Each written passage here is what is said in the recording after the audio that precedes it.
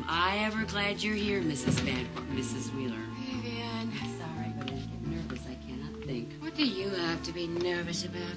Something happened while I was out? Sort of.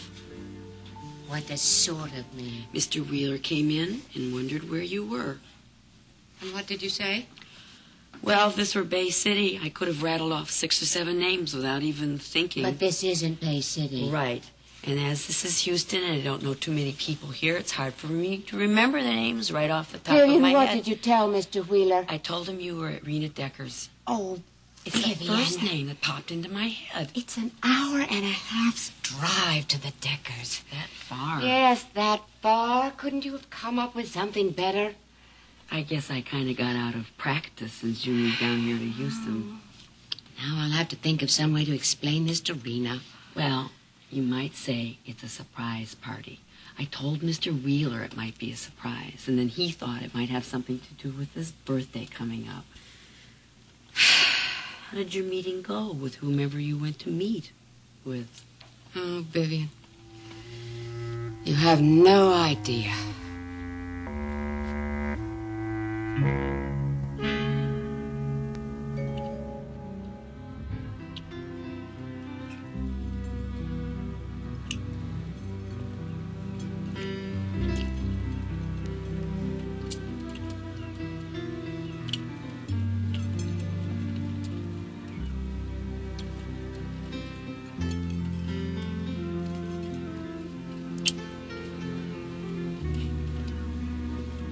Where do you think we'd be right now if you hadn't wandered into my office today? Someplace a lot colder and a lot lonelier. I would probably still be in the clinic. You know, life without love just ain't worth living. No, it's not. And you shouldn't settle for less than the love that you dream about. Is that what this is? I wish it was as simple as 2 people making love under the stars. That's the way it's supposed to be. Yeah, but there's always complications. Yeah, I know it. Who would have thought that from that day that we met in Virginia, we would be sitting here on this beach in Galveston together?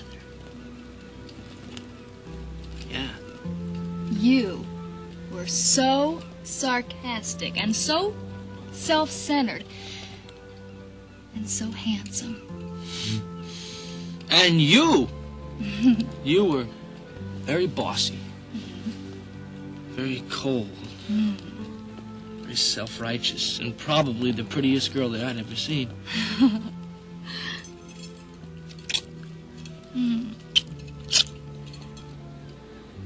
It's funny, huh? Can't imagine all those strange emotions we had. It's turned into love. Well, maybe we were just fighting that all along. Of course, it's the way it always is. I mean, everybody is afraid of love. Afraid of what it costs. What does it cost? It costs a part of yourself, you know? Yeah, well, there's nothing like it in the whole world. That's right. We got it. We got it right here, right now. That's what we got here. You know you have most likely missed your first set at the chicken coop. Who cares? Aren't you afraid of getting fired? Are you kidding? You kidding? They wouldn't fire us. We're the hottest act they ever had in there. Besides, I'm a rich Texan now. You know, I won that poker game. $3,000 in my pocket. I can take me and my girl anywhere I want in the world. That's right. That's right. We don't even have to go back. We could just keep on going.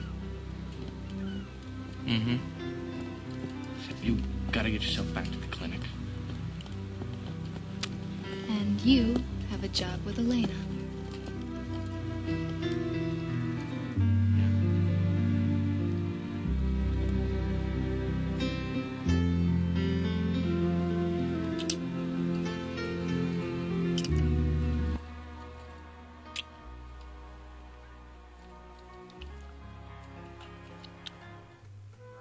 ready, Sugar Bumps. Yeah, you said that a half hour ago. Well, I don't see you getting ready. You're just standing there. Well, I'm waiting for you to tell me what I should wear. Oh, yeah, I forgot. I don't see why you don't like this dress. I don't think it's depressing. I'll tell you what, look at that box that Bernie brought over. I think there's lots of pretty stuff in there. Well, I'm not going to change right here in front of you. Bathroom's right over there.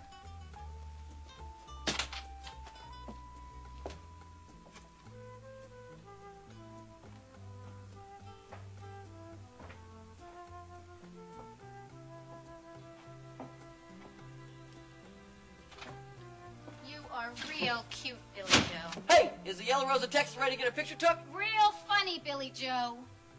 What's the matter with you, Lenny? What are you so steamed about? I didn't know about that. She sure is a pretty little thing.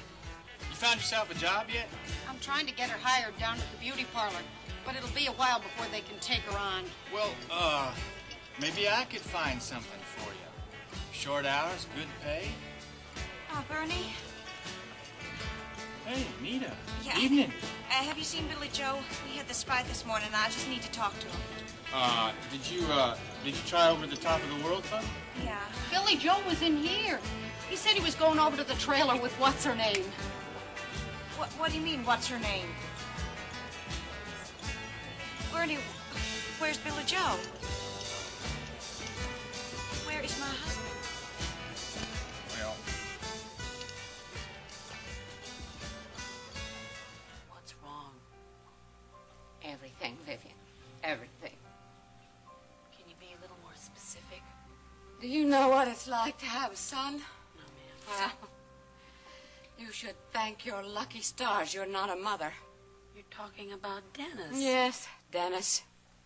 Was Dennis who you went to visit? Yeah, but I wouldn't call it a visit. It was more like a battleground. Oh, Mrs. Wheeler, please don't go getting yourself upset. You've been on the outs with Dennis before. This time it's different. You two always work things out. You always have in the past. No, before when we disagreed about something, I could always see that he still loved me. Dennis does still love you. He's changed, Vivian. I don't see that. Oh, you didn't see him or hear him. He was so unloving, so cold to me. What did he say? Mrs. Wheeler? He's dismissing me from his life. Oh, no. He said that he never wanted to see me again. That he wanted me out of his life. Did he say that? I don't remember the exact words. I was so stunned, but that's what he meant. Maybe you're exaggerating. Whose side are you on? I am not taking anyone's side. It certainly doesn't sound that now, way. Come on, Mrs. Wheeler. Honestly, you know I'm not. It's just that sometimes in the past you've had a tendency to over-dramatize? Yes. Well, not this time. If you had seen him turn his back to me as if I no longer existed.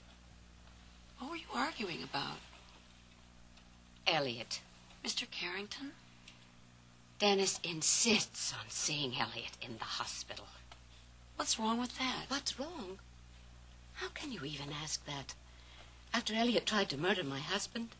After he tried to destroy all of my happiness and even destroy me? I know that, Mrs. Wheeler, but Mr. Carrington is Dennis's father. Dennis is really fond of him. But that's the point. Oh, never mind. I remember this movie once with William Holden. He was a prisoner of war. All that torture and that punishment and that pressure. Just about everybody went crazy, except for William Holden. He was brave to the end. I know who's behind all of this. You do? Even though Dennis denies it, I know. Who? Paige. And I'm going to put a stop to it. Little visit from your mother really put you in a tailspin, didn't it? Mom's the grand master of putting people's nerves on edge. Still don't want to tell me what it was all about? No, it's always the same old thing with Mom. Darling, I don't know Iris well enough to know what that is. Count yourself lucky, Paige. Thank you. Dennis, I want to know what's bothering you. Maybe I can help. Well? All right, it was about Dad. He's sitting all alone in that hospital room with a guard outside the door, and Mom's still out to get him. Never kick a man when he's down. But Mom thinks that's the time to put your boots on. Dennis, have you ever thought that you might be a little unfair to your mother? Unfair? Mm-hmm. You know, I never thought I'd hear you defending your new mother-in-law after all she did to keep us from getting married. Oh, that's not it. Besides, most mothers don't think any woman is good enough for their son. Not with my mother. That's not the case this time. How? She's just concerned about your happiness. Look, it may look that way on the surface, but what Mom really wants is to get people to dance to her tune. Can't you see that? She certainly doesn't call the shots for Alex. Not yet, she doesn't. You know something, Paige? When we first moved to Houston, even I thought Mom had changed, but now I can see it's different. Well, maybe you should be a little easier on her, honey, after all she's been through. No, I can't do that, Paige. Can't do it. If you let up with Mom, she'll plow right through you. And right now, she's doing everything she can to turn me against my father. And no one is going to do that. No one!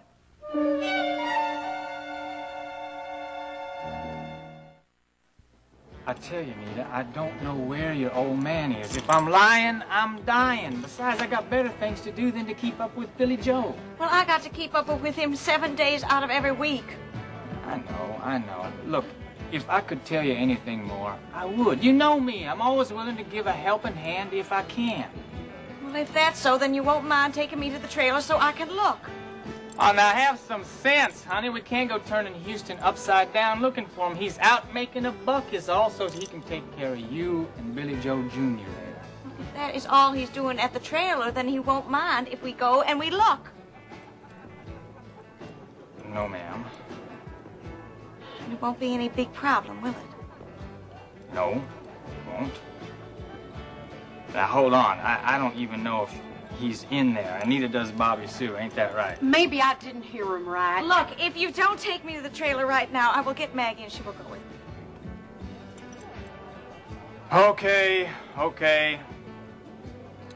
No sense waking up half of Houston. I got expensive equipment out there. I can't have people go messing with it. Wait here a sec. I gotta go tell the boss I'm gonna be cutting out for a little while.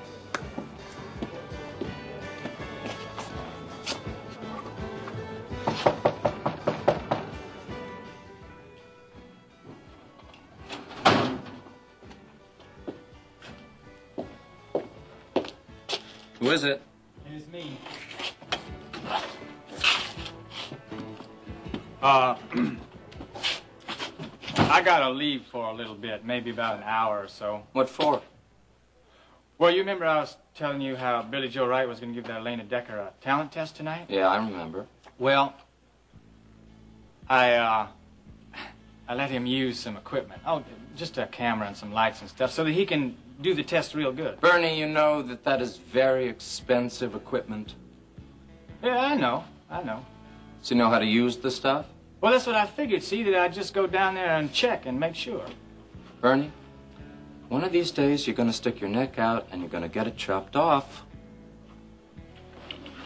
All right, I owed Wright one for getting me that invitation to the reception, but now we're square. Yeah, that's just the way I figured it. Bernie, you see that stuff comes back here in the shape it left in. Yes, sir, boss. Get one of the girls to mind the bar. Hey, no problem. Everything's under control.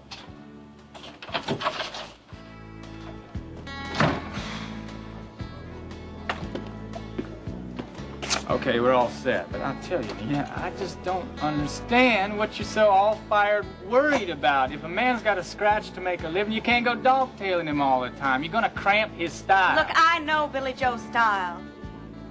That's why I'm worried about him.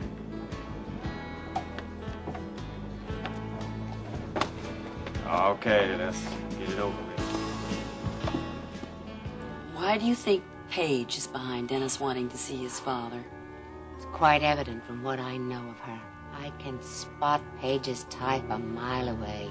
What type do you mean, Mrs. Wheeler? Cunning, conniving, vixen. Are you sure? I'm quite sure. And I won't allow her to destroy Dennis's life. Maybe you shouldn't interfere. I'm not interfering. Well, it sure sounds that way. Dennis is a responsible adult, and I want him to live his own life. But he's also my son. And when a mother sees her child in danger, she has to protect him. And in this case, the danger is Paige. Sometimes people have to learn the hard way. But he has to have a fighting chance. Dennis is too trusting. He's helpless when he's involved with people like Paige. Mrs. Wheeler, Dennis isn't stupid. No one said he was. Well, wait, maybe you should just let Dennis find these things out for himself sooner or later. But that may be too late. He might not discover her iniquity until she's ruined his life, made him terribly unhappy. Don't you see? All I remember is that all the times in the past that you've interfered with Dennis's affairs, it's ended up pretty badly. Vivian, I'm still his mother. And I can't just sit back while he makes a shambles of his life. Well, what can you do? I'll think of something. Oh, Mrs. Wheeler, every time I hear you say something like that, it just gives me goosebumps all over. Paige is the one who should be getting goosebumps. What about Mr. Carrington? What about him? Do you think he's going to approve of your stepping into Dennis's affairs? Who cares? But now listen, Vivian. Mr. Wheeler mustn't know anything about this. Oh, I'm not so sure you should start keeping secrets from Mr. Wheeler. It's not a question of keeping Sounds secrets. like it to me. No, it is a matter of not bothering Alex with this problem. The poor darling has enough to worry about. I still think you should tell Mr. Wheeler. Tell Mr. Wheeler what?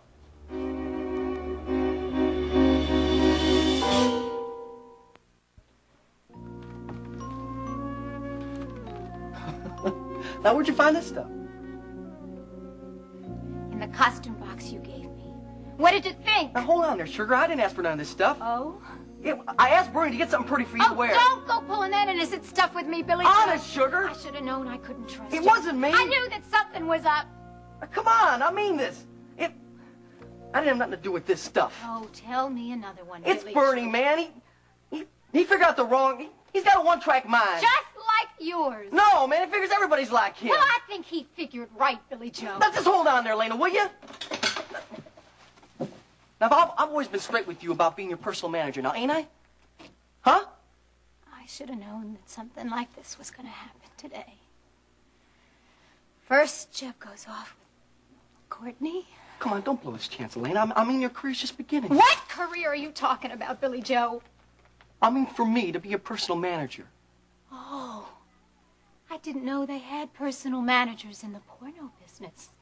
No, it ain't that at all. I want to help you be a big singing star. You gotta believe me on that. Well, why don't you tell me how much Bernie offered to pay you to put me in porno movies? Nothing at all. He didn't. Where do you hear all this stuff about porno movies anyway? Billy Joe, I'm no fool. I hear those girls talking about what business Bernie is in at the chicken coop. Now, you know as well as I do that that place is just a front for talent.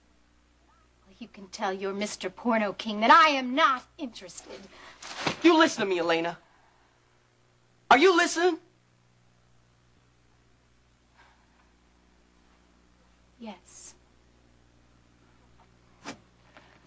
If you don't believe it or not, I mean, I still got to tell you this. I trust you as a lady. And all I want is just help your singing career, darling. Billy Joe. Really? You are just a smooth-talking devil. Just like all the rest of the guys that I have the bad luck to get mixed up with.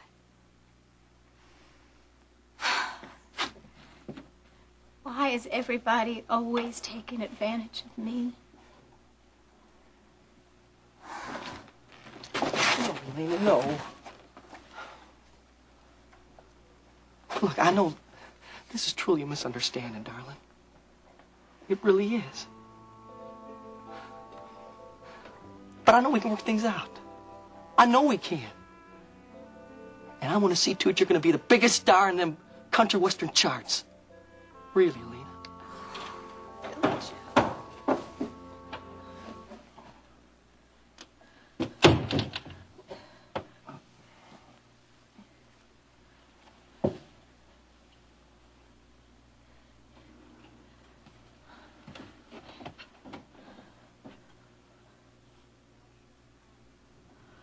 Oh, I should have known that you'd be here with Billy Joe.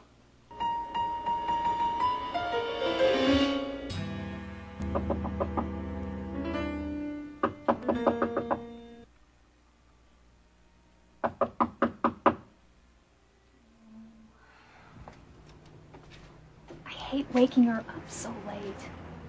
Then don't. Jeb, Come on, you come down to the coop with me and catch the second set. I'd only have to wake her up later. I think I could find a place for you to sleep. You know I'm tempted. But I can't. Maggie would really worry if I didn't show up. I think she's done gone to bed.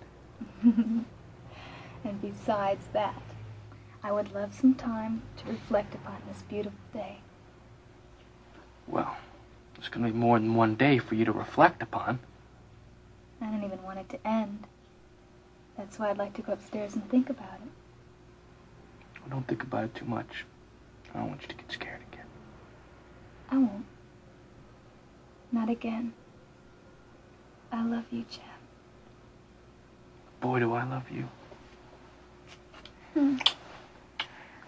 It seems so easy to say now. I love you. Don't you ever stop saying it. Don't you ever let me go, okay? Never, never, never, never.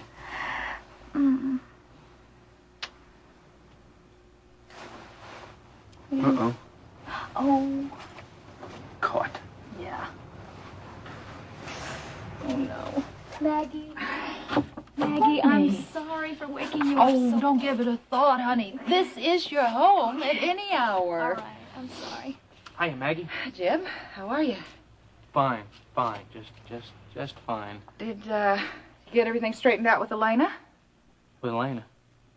Oh, she's pretty upset with you. Well, she should be. I mean, you missed your first set tonight. Is that all she was upset about? Well, all I know is she was in here a little earlier and, fit to be tied. She said she's going to fire you as her manager. She what? Well, she said she was going to go it alone from now on. Yeah, well, that's what she thinks. Look, I'll see you later. Jeb, wait. I don't want you to catch a cold. Go on, Maggie.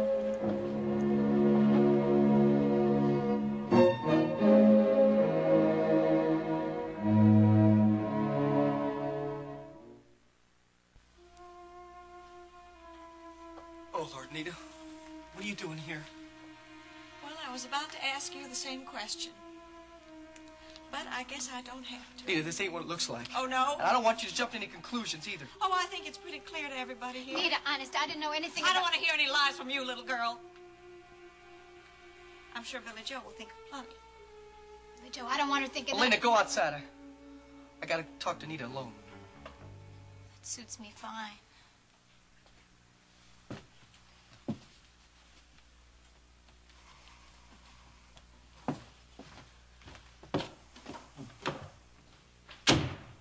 Well, have you had enough time to think of a good lie? I don't need to lie. I'm telling the truth. Well, I haven't heard it yet. Are you going to listen to me or jump to more conclusions? All right, then start talking. I'm going to be Elena's personal manager. You mean to tell me that what you were doing was working? I was working. I was trying to set up a publicity shot for the newspapers and to show a record producer. Well, that's a funny way to take pictures on the bed with your arms around each other. No, I wasn't doing that. We was just talking.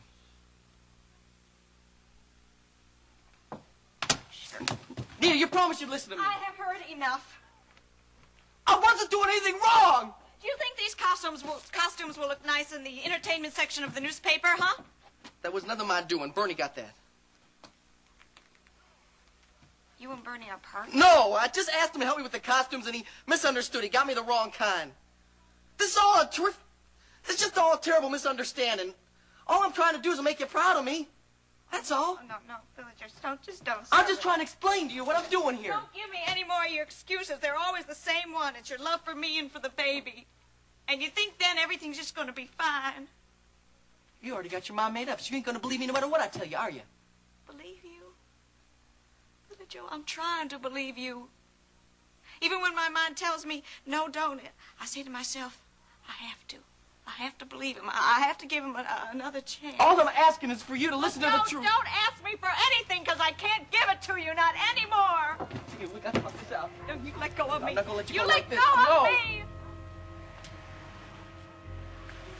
So, you changed your mind about walking back to your apartment? Yeah, I figured it was too far to walk. It sure is. Besides, it's cold. I'm tired. Well, Bernie's here. Yeah, I can see that. Oh, come on. Now, all I meant was that I can drive you wherever you want to go. Back to your place or back to the coop or anywhere your pretty little head decides it wants to go. Yeah, well, right now my pretty little head feels real stupid. Oh, come on. What makes you say that? I can't believe that I trusted Billy Joe. Well, he's a kindly boy, and he's got that sweet, winning smile. I really thought that he was taking those pictures for a record producer. You did? Yeah, I guess that seems pretty funny to you, huh? It sure does. You knew about this all the time, didn't you? Well, yeah, I had a pretty good idea. And you didn't try to stop him, did you? Look, once Billy Joe sets his heart on something, it isn't easy to talk sense to him. Oh, so you just went along with it, huh? You didn't care what happened to me. Oh, come on now, Elaine. You know I care a lot about what Well, happens you to you. sure have a funny way of showing it, Bernie. Getting him those costumes for those pictures. A friend asked you to do a favor. Besides, I thought you were agreeable to all this. Well, that's just great. That's what I get for being Mr. Nice Guy. Well, people just take advantage of you when you try and be nice. Well, that's true of some people, yeah. Everybody's just looking out for himself. Not everyone. Well, Billy Joe sure is. I could name someone else who is too. Yeah, who, me? Yeah, even you, Bernie. Here. Put this on. So, you still gonna let Billy Joe be your manager? Not on your life. Well, if you like, I could see what I could do for you. I got some connections, and there's no reason for you to stop. Just So you because can have take one- your connections. Hey, come on now! Elena! It's 3 miles back to town.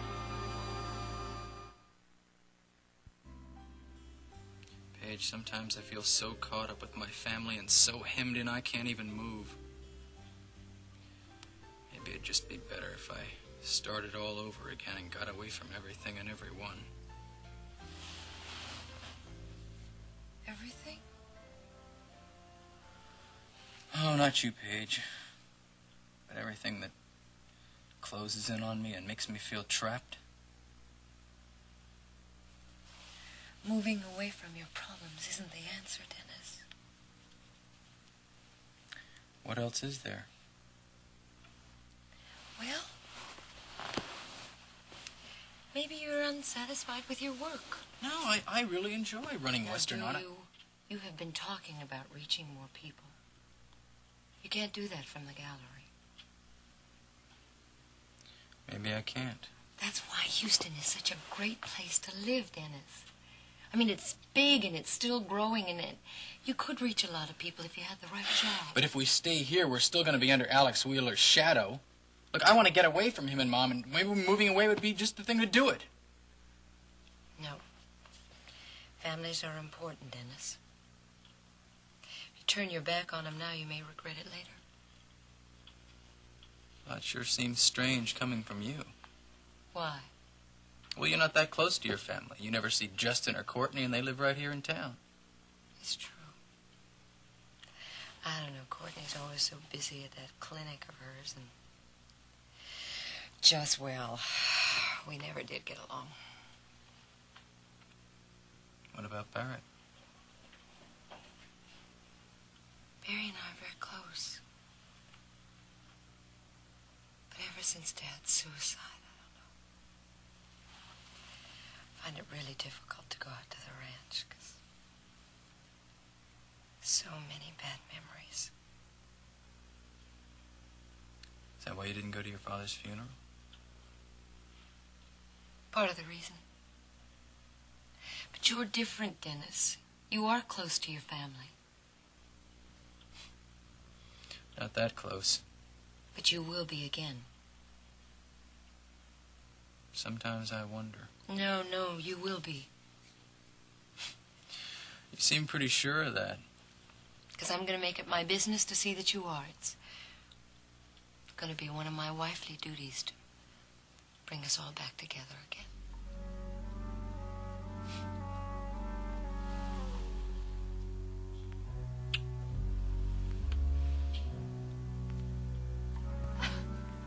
Darling, you startled me. We didn't hear you come in. I have to take something out of the oven. When did you put something in the oven? Oh, did I say take something out of the oven? I meant take something in the oven. It's some rolls for breakfast. How are you feeling? Fine, except for feeling a little bit lonely. She said you'd gone out. Yes. I didn't want to disturb you. You were so involved in that basketball game on television. Where'd you go? Didn't Vivian tell you? Oh, she said you went over to see Rhea and Max. Well, as usual, Vivian has her information mixed up. Oh, then you didn't go out to the Dekkers. Well, honey, how could I? If I'd gone all the way out there, I wouldn't be back so soon. Then you weren't visiting Rena? Yes, but I met her at the top of the World Club.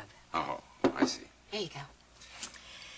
It seems Rena wanted a little advice about her marriage. What, Rena and Max having trouble? Oh, no. She just wanted to discuss a few things.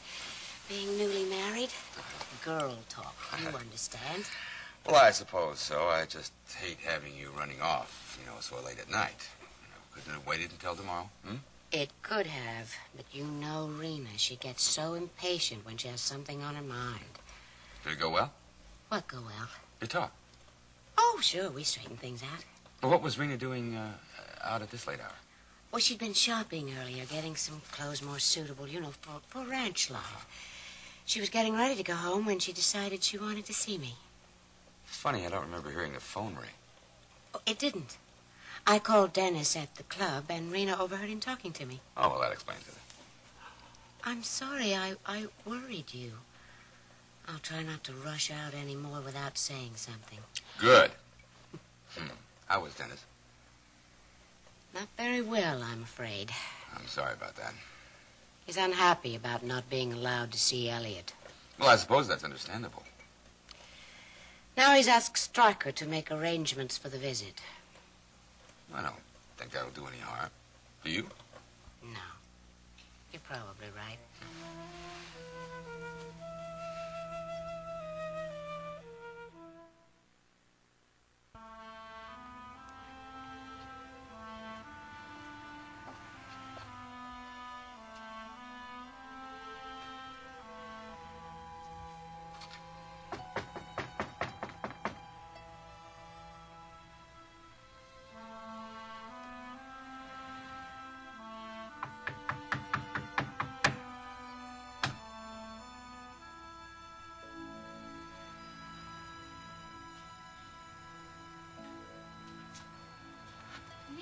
What in the world? Well, come in. He was at this trailer, and he was...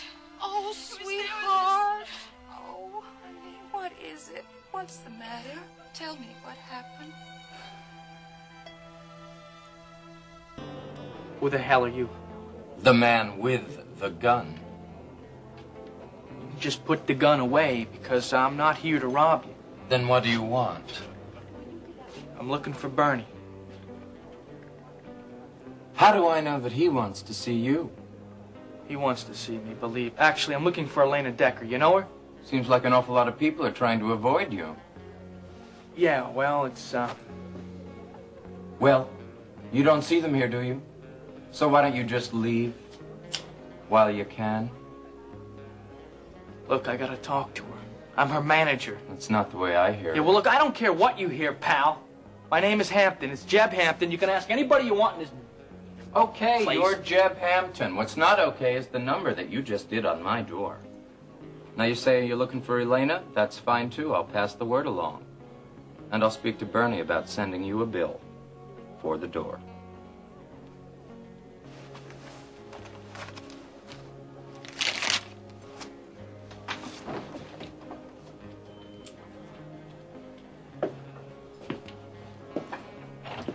Hey, boss, I got the equipment back, and it's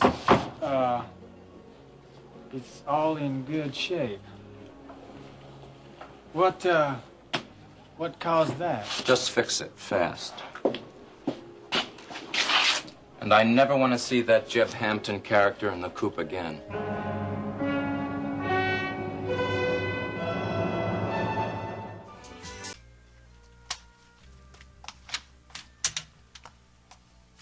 What is it you want, Mrs. Carrington? I would like to see Mrs. Wheeler. That's all right with you. It is all right with me, but she doesn't usually receive at this ungodly hour of the morning. Oh, I think she'll see me. Vivian! In heaven's name, is the coffee doing on the stairs? Mr. Wheeler and I are dying of Good thirst. morning, Iris. I'm glad to see you're an early riser. Because there's something I want to talk to you about.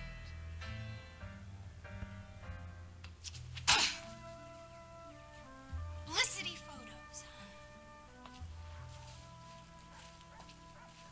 How could I have been so dumb? Exactly the way I feel, Lena. I've been looking all over the place for you. Oh, you have you? Yes, I have. I went to your apartment, I talked to your sister, I went to the chicken coop. I've been everywhere. What are you doing out here? Nothing. I just felt like being with the horses instead of people right now. You mad about something that happened last night? What do you know about that? Just that I went by the chicken coop this morning while Bernie was closing up. He said something about Billy Joe taking some publicity photos of you. Yeah, well, that's what he said they were going to be. What happened? I don't want to discuss it. Come on, Elena, you can talk to me. I'm your manager. You are my ex-manager, Jeb. What, are you firing me? That's right. And I don't want to talk about it. Now who's going to take over for me, Billy Joe? No, he's not, but that is none of your business. So just leave him out of it, okay? Billy Joe pulled a fast one on you last night, huh? No, that's not what it is. But at least Billy Joe was concerned with my career, and that's a lot more than you were. Riker, I'm sorry to be interrupting you so early in the morning. Oh, don't give it another thought. We're early risers around here, too. Sit down, Dennis. Would you like some coffee? Please. I guess this has to do with your phone call of yesterday. That's right. I'd like to see my father, Stryker. I'd like to see him today. My hands are tied, Dennis. Oh. So Alex Wheeler is the one I'm supposed to speak to, is that it? Well, then what's the problem? He is not the one you have to go to see. Well, then who is? It's Iris, Dennis. Mom? Yes, as I understand it, she is behind Alex's decision not to drop charges against Elliot. I should have known it. Now, wait a minute, Dennis. I have got a suggestion to make. What?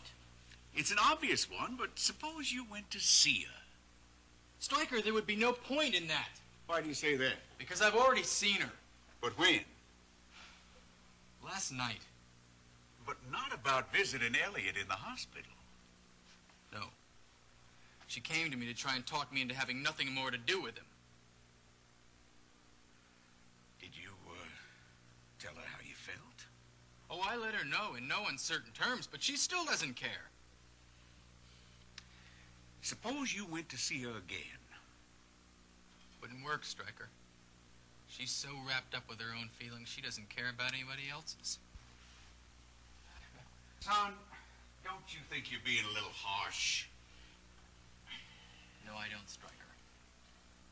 How do you feel about your father? Would you mind telling me that? I intend to stick by my father. He's seriously disturbed. He needs help. Well, that was a terrible thing that he went through in Cambodia. That's something my mother seems to have forgotten. But I haven't. You want to do everything you can to help him. He's my father. It doesn't matter what he's done. Your loyalty is admirable. Unfortunately, my mother doesn't share your opinion. No. She is still terribly shaken by what happened. Look, my father wasn't in his right state of mind when he shot Alex. Well, I'm pretty certain that there's no question about that. Well, look, doesn't that affect his legal position? I mean, the fact that he was seriously disturbed? Oh, that hasn't been established yet. And it won't be until he has completed this battery of psychological They're giving him tests now? Well, it's standard procedure, Dennis. It has to be done. That's exactly what he doesn't need after all he's been through. Now, look, it's nobody's intention to prolong your father's suffering. That's not what they're doing up at the hospital. Maybe not, but Mom's intent on making his life as rough as possible. Now, you don't really believe that, do you? Yes, I do, Stryker. She's been behaving in a very vindictive way towards him. Well, I won't argue with you. You've made your mind up, obviously, but I do hope that you don't let any of this cause a breach between you and your mother. I'm afraid that's already happened.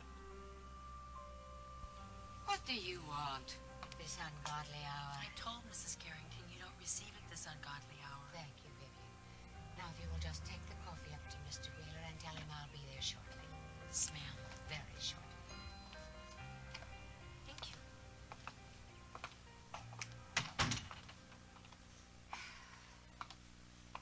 Oh, I loathe hearing you called that name.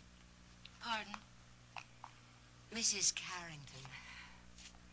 Actually, it should be a bond between us, since you once had the name yourself. A bond. I get a sick feeling just at the thought of it, right here.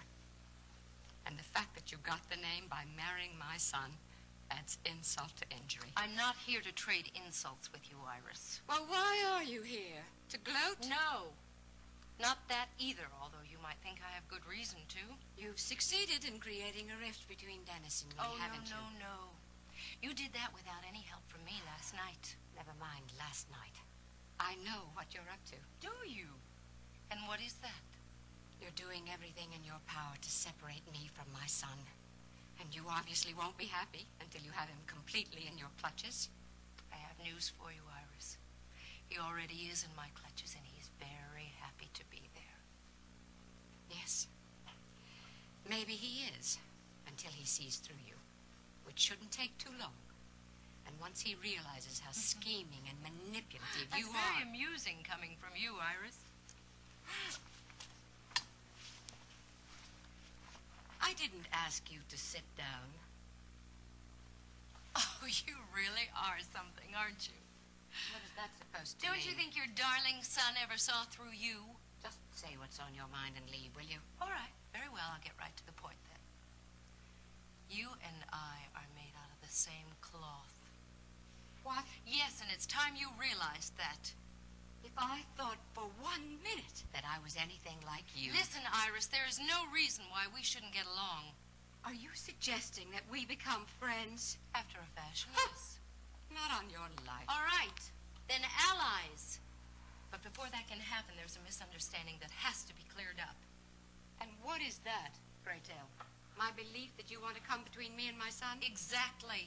You have the gall to sit there and deny that's your goal? All right. Since you believe that is what I want, then let me ask you something. How do you think I plan to separate you and Dennis? Well, it's obvious. By turning him against Alex. You really believe that, don't you? Yes. And you think you can accomplish that by putting those crazy notions in his head about Elliot. What crazy notions? That the man is worth saving. Oh, Iris, you couldn't be more wrong. What are you saying? Hasn't it dawned on you? I want Elliot out of the way as much as you do. Why? Never mind why. The point is I want exactly what you want. I suppose that includes getting Dennis to accept Alex. Yes, it does. The only difference between us is that I realize that can't be accomplished by shoving Alex down Dennis's throat. You've obviously given this a great deal of thought. Yes, I have. Oh, you need me now, Iris. In fact, I think it's time we join forces.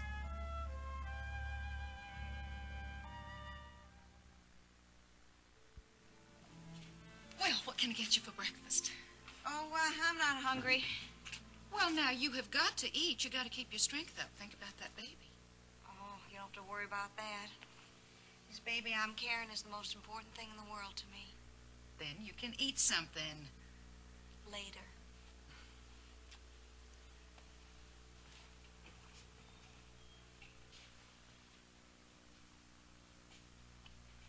Maggie, could you talk to me for a few minutes? Well, sure, honey. Do you want to tell me now about what happened last night? I thought it'd be good if I talked about it. I guess it had something to do with Billy Joe. Well, if you want to say I told you so, I would not blame you. Where you going?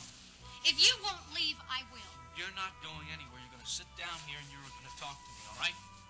Now, you're blaming me for what happened last night. Partly. After the way you treated me, Jeb, where else was I supposed to go? You were supposed to go anyplace else but over to that jerk's house, and I did not mistreat you. Oh, no? No. You just waltzed off with that tramp Courtney Marshall. Now, wait a minute. You just watch how you talk about her, all right? Just watch your language there. Well, that's exactly what she is, Jeb. And I don't see you denying that you're not involved with her. Look, will you just leave her out of this? You know something, Jeb? You are as big a hypocrite as my big brother, Max. He just played Mr. Righteous while he was sleeping with Rena Cook. Elena, they got married, didn't they? Eventually, yes. Well, all right then. Oh, is it all right? And what about Courtney? What about Courtney? Oh, come on, Jeb. You're acting like she's some kind of saint, and you know that she jumped into bed with a man that was twice her age. Dr. Kevin Cook. Remember? He was still married to Rena at the time. Let me tell you something. Courtney and Max, they have nothing to do with this, all right? I was just reminding you of a few things, Jeb. Elena, I am doing everything in the world to keep you out of trouble. And that's because I care about you. You understand that? Save your energy for Courtney, because I can take care of myself, thank you. And I don't need you or Billy Joe anymore.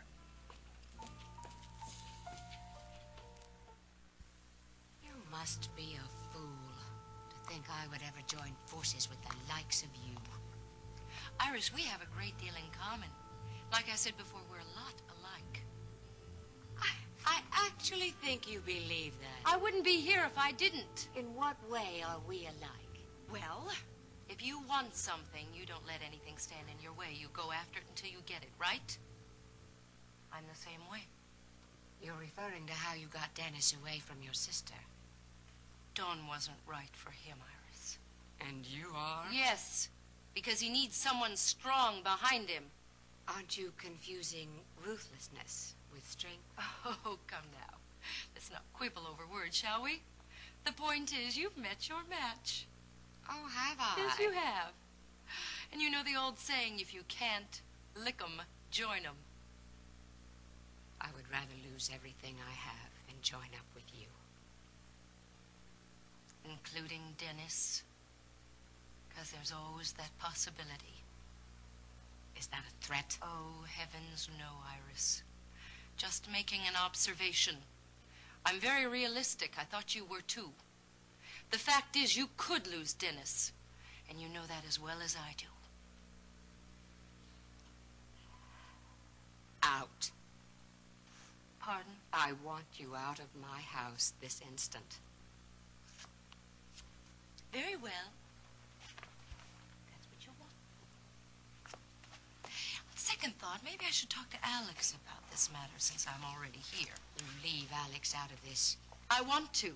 But since you've become so intractable, I don't see I have any alternative. You will not speak to my husband about this. As a matter of fact, I think Alex might be more sympathetic about what I'm proposing since he really is Dennis's father. What you're proposing? Yes. Don't you think he'd want Elliot out of the picture, too? That way he can claim Dennis as his own son, and rightfully so. Oh, I suppose you're getting ready to reveal that bit of information to him. That Alex is his real father? Oh, no. In that respect, I'm a little smarter than you are, Iris. When it comes to Elliot, Dennis can't be pushed. As a matter of fact, he may become more protective of Elliot if he knew the truth. And then what? I think we both could lose him. Well, of course. He'd be furious with you for knowing the truth all this time and keeping it from him. Oh, but he'd be more angry with you. Because you've kept the truth from him all his life. Yes. But it might be worth letting him know if it meant he'd get rid of you. You don't mean that. I love my son. And I would do almost anything to get him out of your clutches. Well, it just won't happen.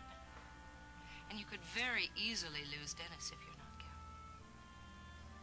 Get out of my house before I have you thrown out.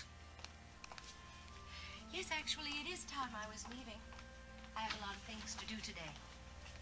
Besides, I thought I'd give you a little time to think over my proposition before I go to Alex. Iris, what are you doing down there? Probably getting cold. I'm coming, darling. Hey. Hello, Alex. Iris, you didn't tell me that she was here. Didn't Vivian tell you? No, not a word. Just like her.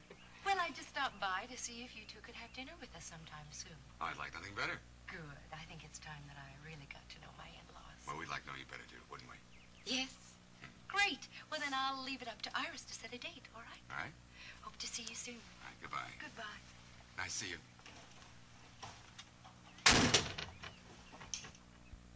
That was sweet of her to drop by like that, wasn't it? Nothing sweet about it. Why do you say that? Oh, well, I don't trust anyone who shows up at this hour of the morning. Iris, you're not serious. Breakfast is ready. Oh, come on, darling. We don't want our eggs to get cold. Vivian. Tell me, is there something going on around here that I don't know about? I'm the wrong person to ask, Mr. Wheeler. I don't know a thing. I can't think of a nicer way to begin the day than by seeing you, Dennis. We were discussing the trouble he's having with his mother over Elliot. Oh, because of the charges that have been brought against him? Well, that's part of it. But the problem really began when Alex offered me a job. And Iris wants you to take the job. Yeah, she won't take no for an answer. Now, this is the job as Alex's executive assistant you're talking about, That's isn't right. it?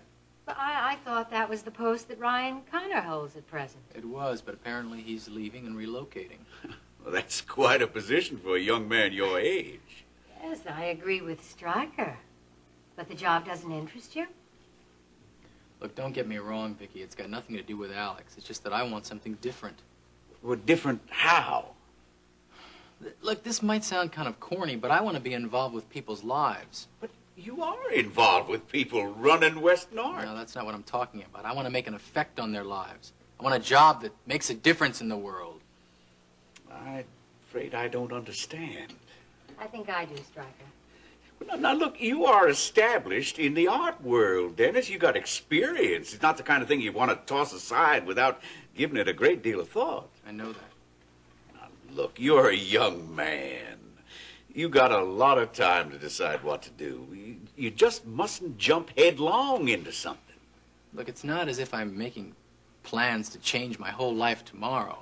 As a matter of fact, I don't know what direction I want to go in right now. But you do want to be with people and affect their lives in some way. Well, hopefully for the better. You have some idea for Dennis, Vicky? Maybe. Dennis, I don't know if this would interest you, but we do have an opening on the staff at KVIK. In some ways, it fits the description of the kind of work you want. Well, what kind of opening is it? As an assistant to one of our reporters.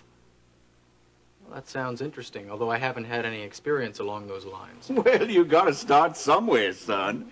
Now, an assistant's job, it's sort of a training position, isn't it, Vicky? Yes, and I was just thinking, Dennis is Elliot Carrington's son, And who knows, you may have inherited some of your father's journalistic abilities. You'd be following along in your father's footsteps now. Would you like that? Or would it bother you to be in the same field? Elliot is one of the best, and you'd have a lot to live up to. That's certainly something to think about. Yeah, so's the job. I'd think about it a lot. All right, I will. Listen, I have an appointment in about a half an hour with a framer, so I've got to run, okay? Nice to see you, nice Dennis. Nice to see you too, Vicky. Listen, what do you say if I call Dr. De Silva and find out if there isn't some possibility of your seeing Elliot sometime later today? I would appreciate it if you do that. Okay, I'll call the gallery as soon as I know something. Thanks very much, Stryker. Bye, Vicky. Bye-bye, Dennis. Bye. I'll see myself. Oh, all right. I'll talk to you later.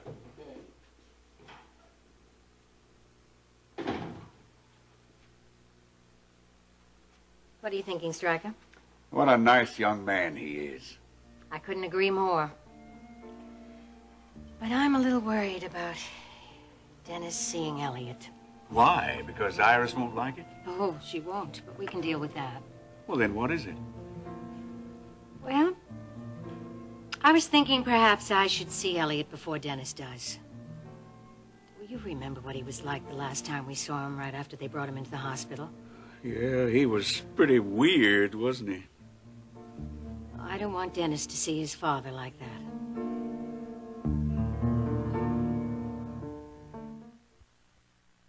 So, you're gonna leave Billy Joe for good this time?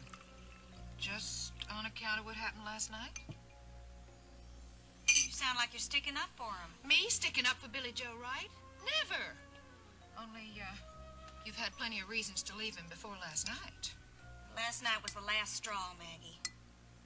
I mean, he broke his promise to me. What promise? Well, it doesn't matter. What's important is that I am leaving him now for good. Did, what happened last night have anything to do with Elena? Never mind, you don't even have to answer that. But if I get a hold of that niece of mine, I'm going to shake a little sense It in her wasn't head. her fault, Maggie. It was all Billy Joe's doing. Well, now, suppose you tell me everything about it and let me decide for myself. All right. They were in that trailer together with all this photography equipment around.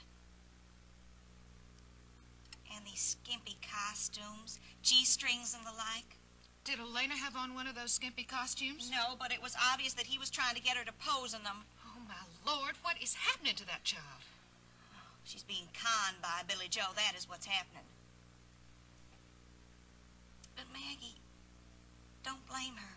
It's not her fault. Oh, I suppose she was forced into all No, she's being charmed.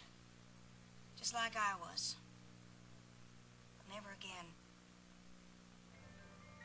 I'm going to the apartment right now, and I'm going to pack my clothes. Well, now, you haven't eaten yet. Got to end this, Maggie. I've got to end it once and for all.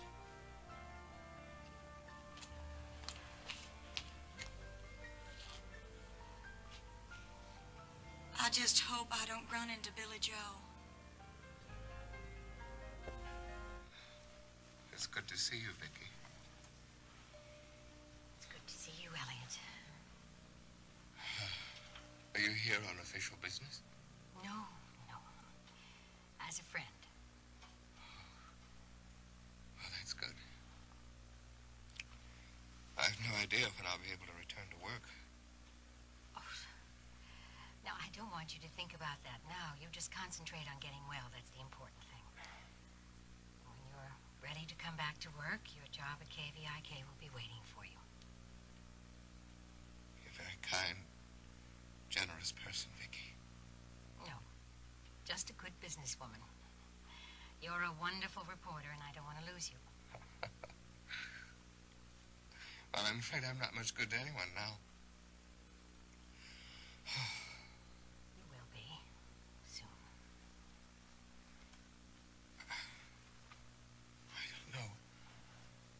I don't know what happened.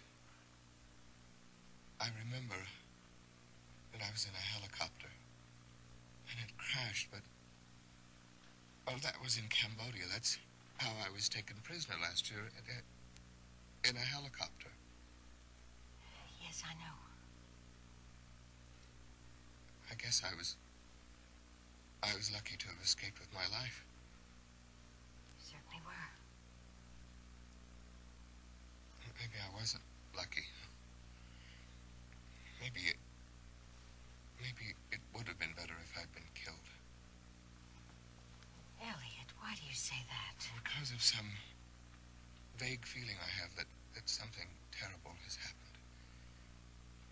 Something I was responsible for. I can't remember a thing. Well, Elliot, you've sustained a concussion, and it's caused a temporary memory loss. That's what I've been told. Concussion and some broken ribs. Got off easy, didn't I? Are you in pain? Well, only when I move. So I try to keep still. Are you able to sleep? Oh, they give me something at night. Vicky, why can't I remember what happened? It's because of the concussion, No, Elliot. there are other reasons for memory blocks. From what I've read, I know a person can repress something that's happened if it's painful or guilt-inflicting. Have you made an effort to remember? Well, yes, of course, but I've asked the doctors about the accident and why I'm here, but well, they just answer my questions with questions of their own. I'm sure they have good reason for that. It's like they don't want me to find out. Of course they do. Will you tell me what happened?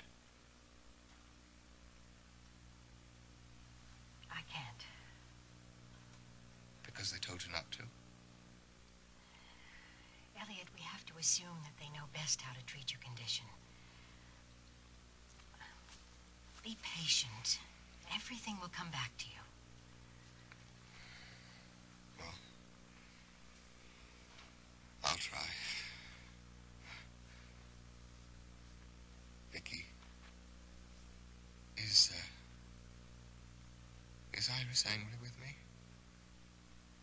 Why do you ask that? Well, because she hasn't been to see me.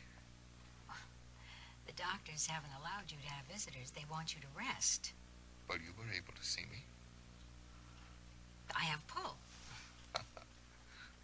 Vicky, I was married to Iris for years. She'd have been given permission to see me if she wanted to. Oh, Elliot, I almost forgot to tell you. Dennis wants to see you. Do you want to see him? Very much. Yes. I'd like that very much.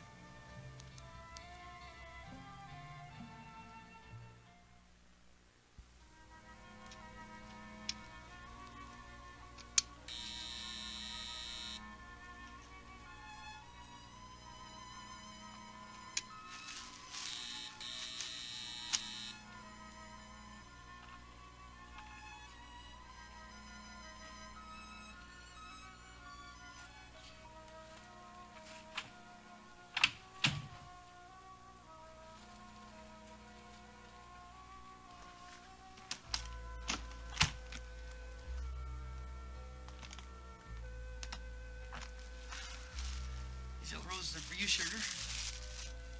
Why don't you give them to Elena? Or aren't they skimpy enough? Come on, Nita. Elena don't mean nothing to me. I'm not interested, so save your breath. You're not even going to hear me out? No, I'm not. I have packed and I'm leaving. This apartment is yours. You can do what you want with it. I can't stay here without you, honey. I can't. Well, suit yourself. Aren't you going to let me leave? Don't you want your flowers, huh? No. No. Now, wait a minute, honey, huh? We got to talk this thing out. Let's just talk it out, huh? I am tired of talking. and I'm tired of listening, and I'm tired of your lies. There wasn't nothing going down last night. I swear it. Swear it. You swear it, and you expect me to believe it. Honey, I was just trying to take some publicity photos for Elena to help her career, you know, but Bernie screwed up the whole thing by bringing over the wrong costume. Oh, so now it's Bernie's fault. It was. I tried to explain that to you last night, but you wouldn't even give me a chance. You misunderstood the whole situation. Did I misunderstand your arm around Elena? She was all upset because the costumes got all mixed up, and I was just trying to comfort her, you know. Yeah. Yeah, I know. I know real well. Well, now, see, you can comfort her as much as you want to. Nita, nothing like that'll ever happen again. I swear it. I swear it. Your word doesn't mean anything anymore, Billy Joe. But when we got married, honey, we promised we'd love each other, and I never broke that promise once, honey. You have broken every promise you ever made to me. And I cannot stand it anymore. Honey, I can't live without you. I can't. We have to look out after each other, sweetheart. We do. Come on. You need somebody to run to every time you get in trouble. And I am not that person. But the baby, he's going to need a daddy, honey. He's going to need a daddy. He needs a real daddy. Not somebody like you. Oh, please. I swear to you. I swear to you, I'll make you happy. I swear. I love you so much, honey. I love you so much. I know you do. And somewhere deep down inside, underneath all this hurt, I still care what happens to you. But it is not enough. Not after last night.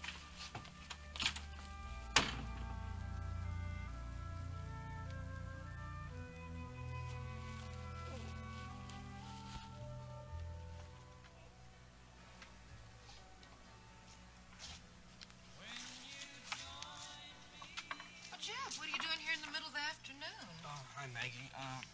Well, I'm hungry. And, I'm looking for Nita. She's around?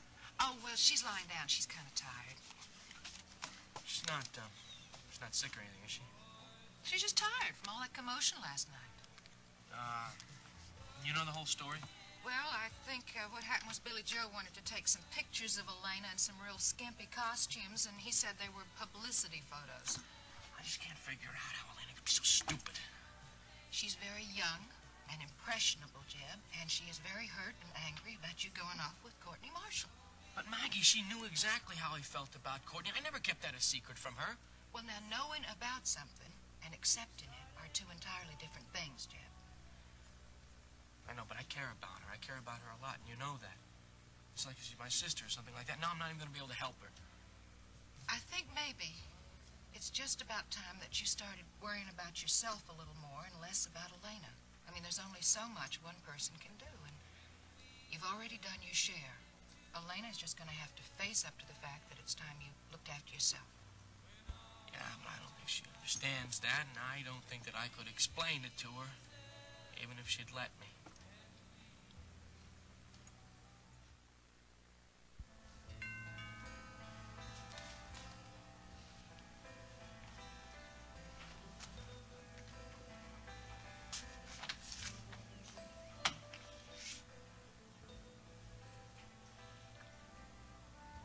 Hello, Alex.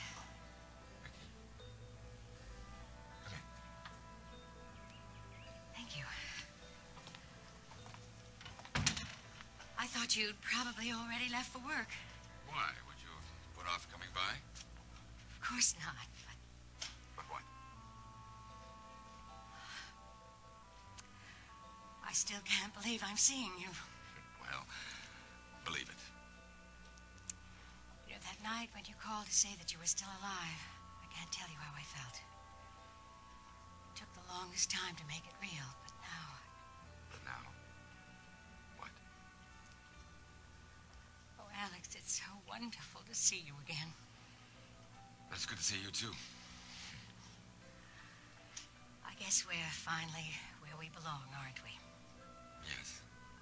I'll always cherish the time that we were together. So will I, Alex. You know something? What? Things are even all right between Rena and me, finally. Oh, so you made up? After a fashion. That must have taken some doing. It did. I'm sorry I didn't make the wedding, but I hadn't been publicly removed from my grave yet. It was a lovely wedding. Are Rena and Max happy? I think so. And you and Stryker, how are you getting along? Oh, very well. I was terribly worried about him after he had his last heart attack. You were afraid you were going to lose him? Oh, yes. But the heart transplant operation he's had has been a great success, and...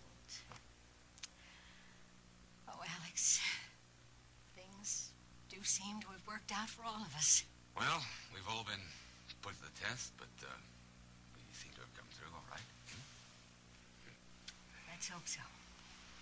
Alex, honey, are you still here? Yes, darling, I was just leaving. Vic is here to see you. Hello, Iris. Hello. I've just come from visiting Elliot at the hospital. He wants to see you.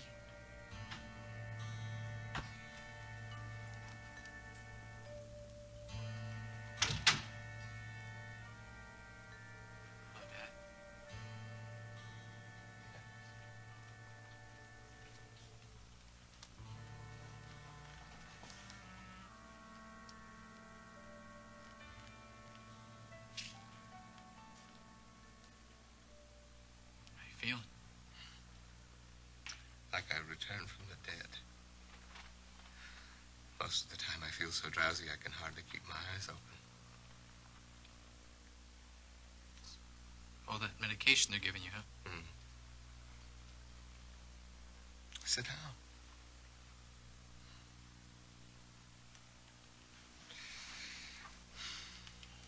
It's good to see another human being other than a doctor. Seen enough doctors to last a lifetime.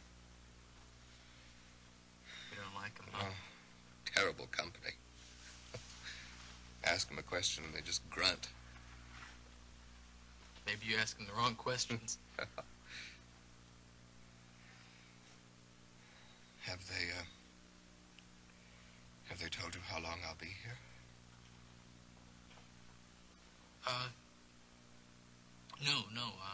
No, not exactly. Let's hope it won't be too long.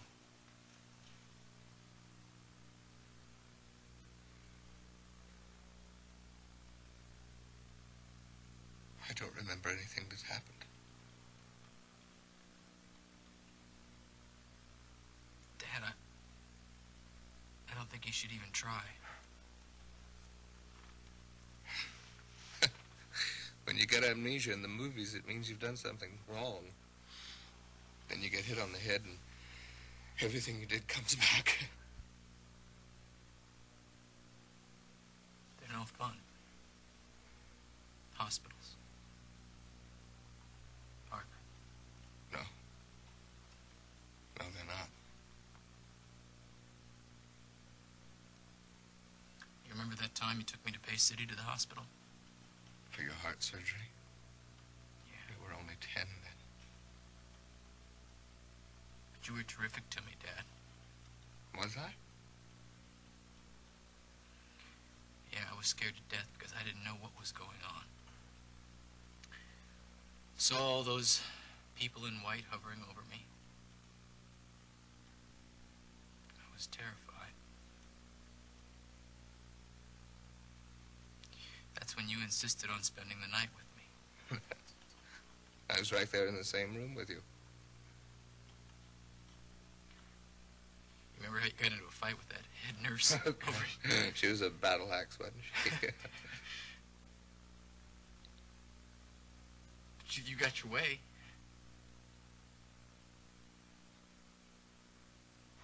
You know, I don't think I could have come through without you, Dad. Oh, you had your mother? Yeah, but she wasn't there all the time. She was off in San Tropez all those years we were in New York. She loved you enough to come to Bay City. She stayed with us after your operation.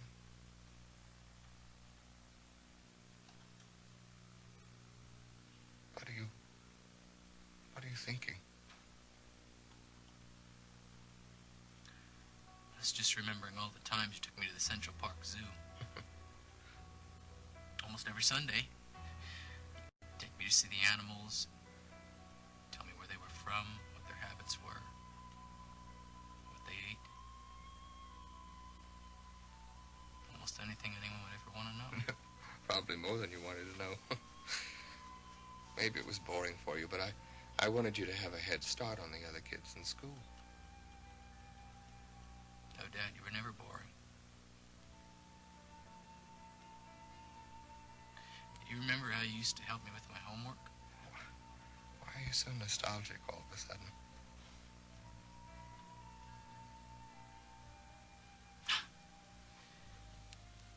I don't know, Dad. I guess I just can't help remembering.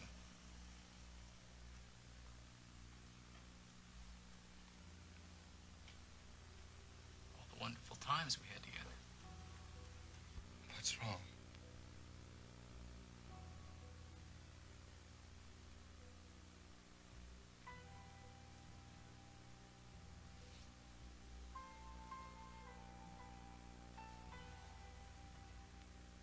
I love you, Dad.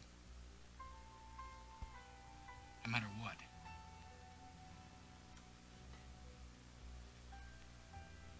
You never left me then. And I'm not going to leave you now.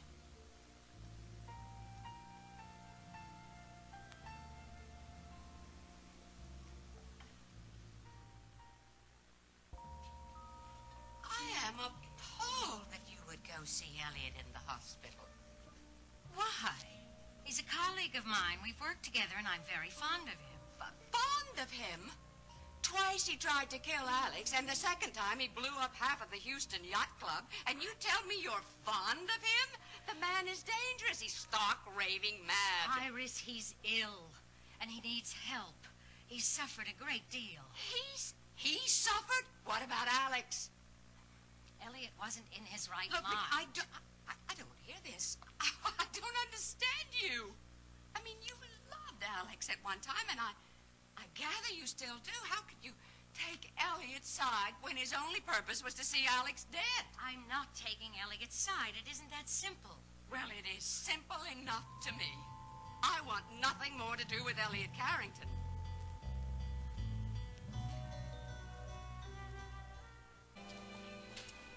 The role of Max Dekker is now being played by Jay Hammer. Rena,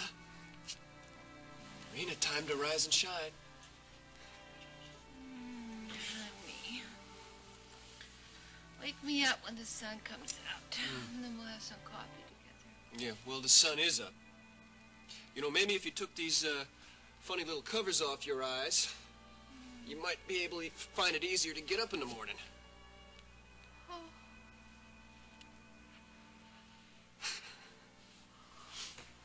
What time is it? It's 9 o'clock. I've done 3.5 hours of work already. What are you doing home? Well, I decided I'd take a little coffee break and give my wife a good morning kiss. Oh, honey. Your cheeks are cold. It must be freezing outside. Oh, come on. You don't really have to go back to the range. Come on. Come on. Come on. Well, not today, no. I gotta spend some time with Barrett going over expenses. That's Barrett now? Well, I don't know. He said we'd be working up the house. Let me put my robe on first. Thank you.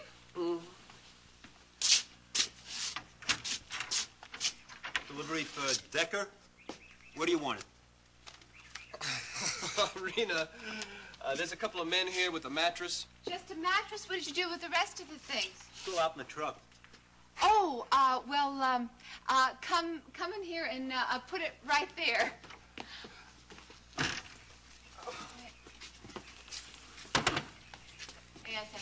Perfect. Terrific. Oh, honey, this is our new king-size bed. Isn't it wonderful? Rena, I knew you'd be excited, darling. where do you plan to put this king-size surprise? In the spare room, right over there. Well, that's where you said I could keep my stuff, my power tools, my Honey, spare don't sound. worry. We'll find another place for all your junk, okay? Honey, I don't think that room is big enough. Oh, sweetheart, it's perfect. You see, it's just wide enough for a king-size bed. There's even room for a dresser and a chest of drawers. Honey, I'm gonna fix this place up while we're waiting for our house to be built. Come on, fellas. Yeah, right over here. That's it. You don't have to be very careful around here.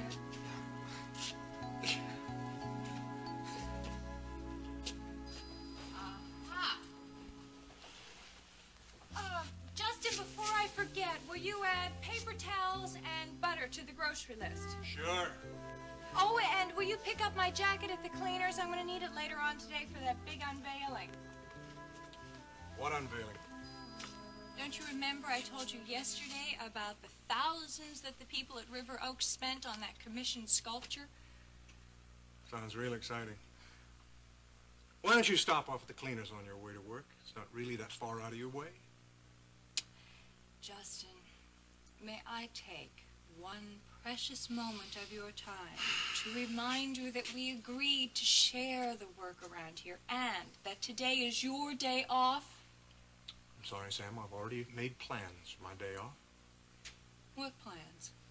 I've got to go out to the ranch. What for? Family business. Oh? Does this family business include Rena?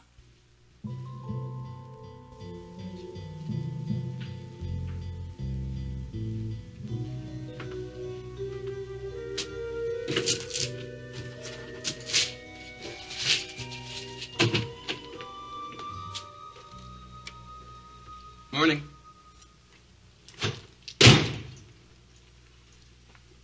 What are you doing here? I came to visit you.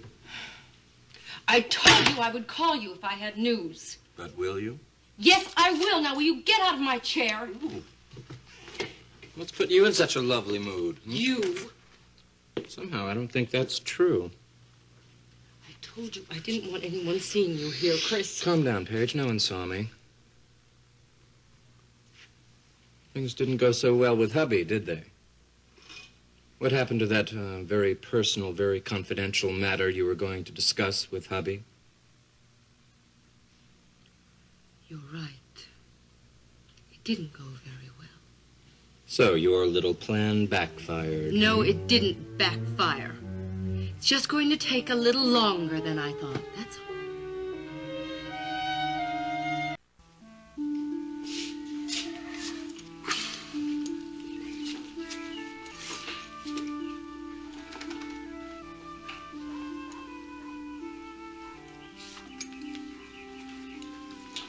Heard you were back on the ranch.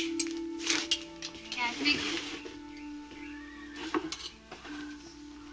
Thought maybe you were trying to avoid me. No.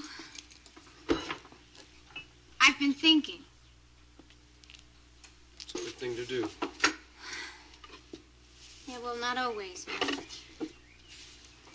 Sometimes you realize things that you don't like. Yeah? Yeah. And sometimes you realize that you've been wrong, and it makes you feel real dumb. I know the feeling. And sometimes you think about the things that people have said to you, and you think maybe they've been right all along. You've been thinking all those things? Yeah.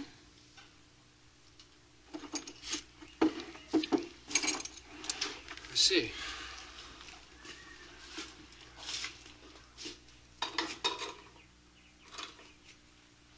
And, what did you finally come up with? Well, I've decided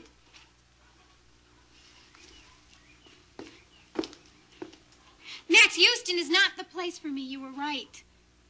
I don't belong there. What happened to make you decide that? Nothing. I just met a lot of people there, and I didn't like them very much.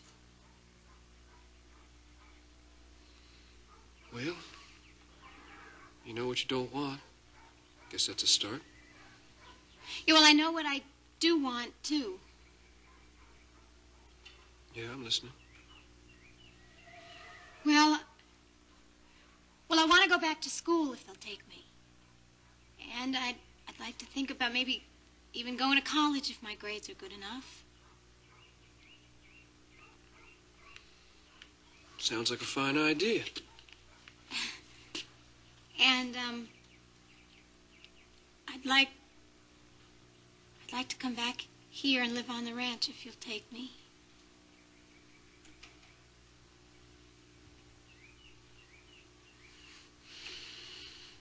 Nothing would make me happier. Oh, Max.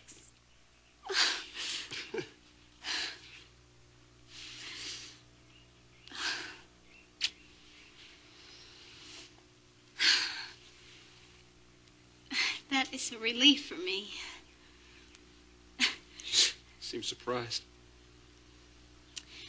And relieved. How come? Well, when I left for Houston, you told me that you never wanted me to come back here again. Yeah, well, I say lots of things when I get mad and upset. No, Max, you meant this. At the time, I sure did.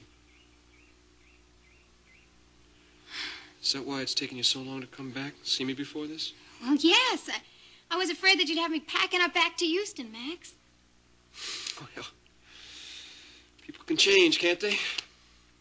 And I'm sure going to try real hard to do that. And I am not going to be any trouble for you, Max. I promise you.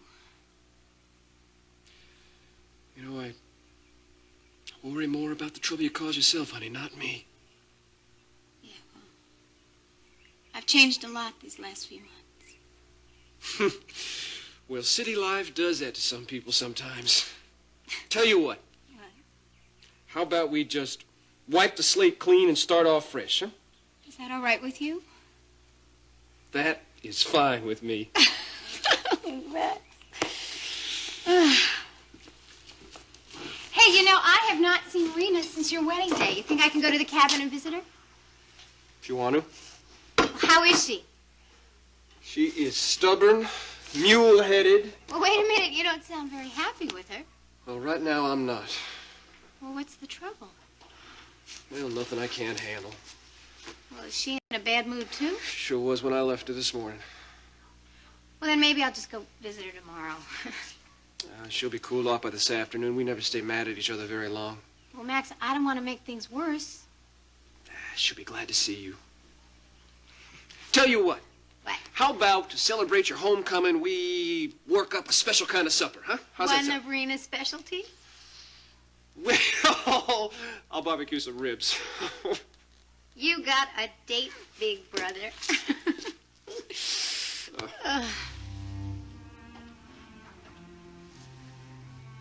You're back here for good now, aren't you, Elena? I'll never leave here again, Max.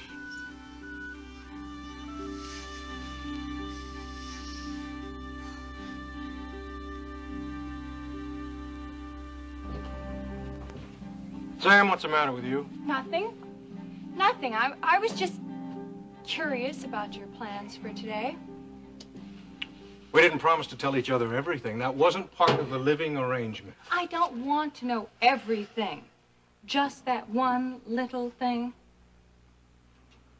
All right, now that Barrett is out of the hospital and feeling better, he wants to take over the management of the ranch. He wants to talk to me about a few things. Well, I don't see why you have to be involved in all of this. Sam, I'm a member of the family. Whatever he decides about the ranch will affect me. Do you think that Barry's strong enough to take on this kind of responsibility? No, not by himself. But he does know what he's doing. He's a good businessman. Before long, the Marshall Ranch and the Marshall family will be in the money again. Well, there's a much easier way to accomplish that, you know. Tell me. Have a geological survey done. Find out if there's oil or natural gas on that land. Sam, are you crazy? Everybody in Houston thinks that there's oil on that land, lots of it. Sam, the Marshalls have been cattlemen for generations. They take pride in their land. If there is oil on that land, it would be a sin to ignore it as a natural resource. Try telling that to my grandmother. She'll tell you what's sinful. Well, why don't you mention it to Barry? Barry is more dead set against drilling than my grandmother is. I have to get a move on here. Justin, you haven't answered my question. What question? Are you planning to see Rena today at the ranch? I might drop in on her.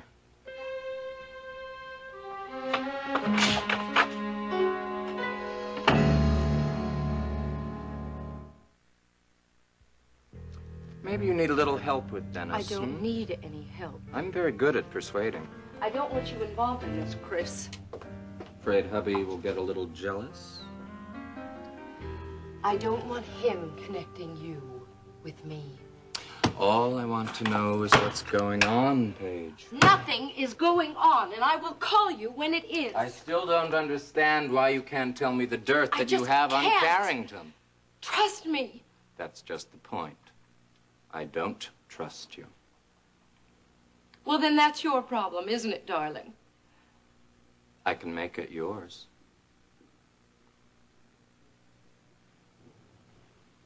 We just can't push Dennis right now. Why? Because he's not getting along with his mother at the moment. I think that is the avenue that I will pursue. Oh, you mean the famous Iris Wheeler, Queen of Society Avenue? Oh. Don't believe everything you read in the paper, darling. Meaning? Meaning that she isn't the grace of society that everyone would think her to be. Can you be more obscure? I paid a little visit to Iris yesterday and mentioned that we should join forces. She wants Dennis to accept Alex's offer as much as I do. Oh, and did she agree? Hardly. But I think she'll come around. And what if she goes to her son and tells him about your proposition? She's too smart for that. She knows Dennis wouldn't believe her. Oh, you've got it all figured out, haven't you? Poor Iris. Poor Iris? You mean the iron butterfly? Such harsh words from such a pretty lady. Christopher, she's a woman who knows exactly what she wants, goes after it, and usually gets it. Mm-hmm. And what happens when an irresistible force meets an immovable object? Then I usually win. Talked to Jim Thorpe at our Paris office this morning. Mm-hmm. Yeah, looks like they might have an opening for me. Still thinking about leaving, huh? Well, Paris in the springtime sounds very tempting. City of lights and romance. Romance? Well, I thought you would have had enough of romance for a while. What about you, Ryan? Well, I'm still planning on leaving Houston. I just haven't decided when. Is that because of Alex? What do you mean? Well, I thought you might be waiting for Alex to recover. No. It depends more on Dennis than it does Alex. You see, Dennis hasn't decided yet whether to accept Alex's offer as his executive assistant. What's the story with Dennis, anyway? What story? What do you mean? Well, the way everybody's been tiptoeing around here, you think there's some deep, dark secret I'm not being told about. What, have people been, tiptoeing around? Oh, well, haven't they? Terry, I want you to sit down. I've got something to tell you. What? This is going to come as a shock to you. I couldn't believe it myself when I first heard it. Sit down, please. Okay, believe what? Sit down.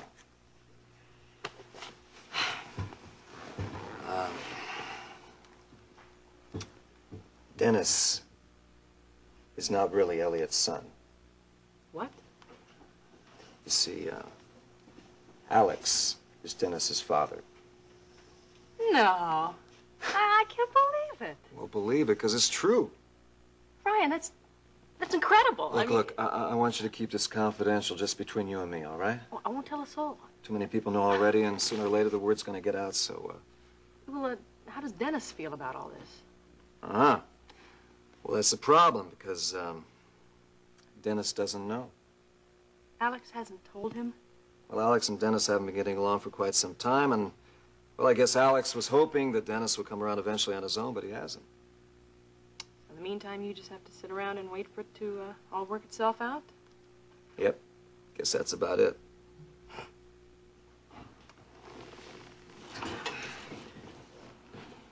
Brian? Hi, Alex. I didn't know you were coming in today. Yeah, I wasn't planning on it, but something came up. Well, what, something I can help you with? Yeah, Dennis called. He wants to see me at the office here.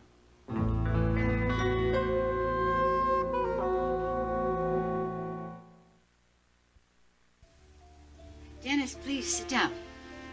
Thank you. I went to see my father yesterday. I know. You know. Yes, I went to see Elliot yesterday, too. That's funny. He didn't mention that. Well, he may not have remembered seeing me. Well, that's true. Dr. De Silva did say they had him on some kind of sedative. Dennis, I think it's more than that. I think your father has some very painful memories that he's going to have to deal with.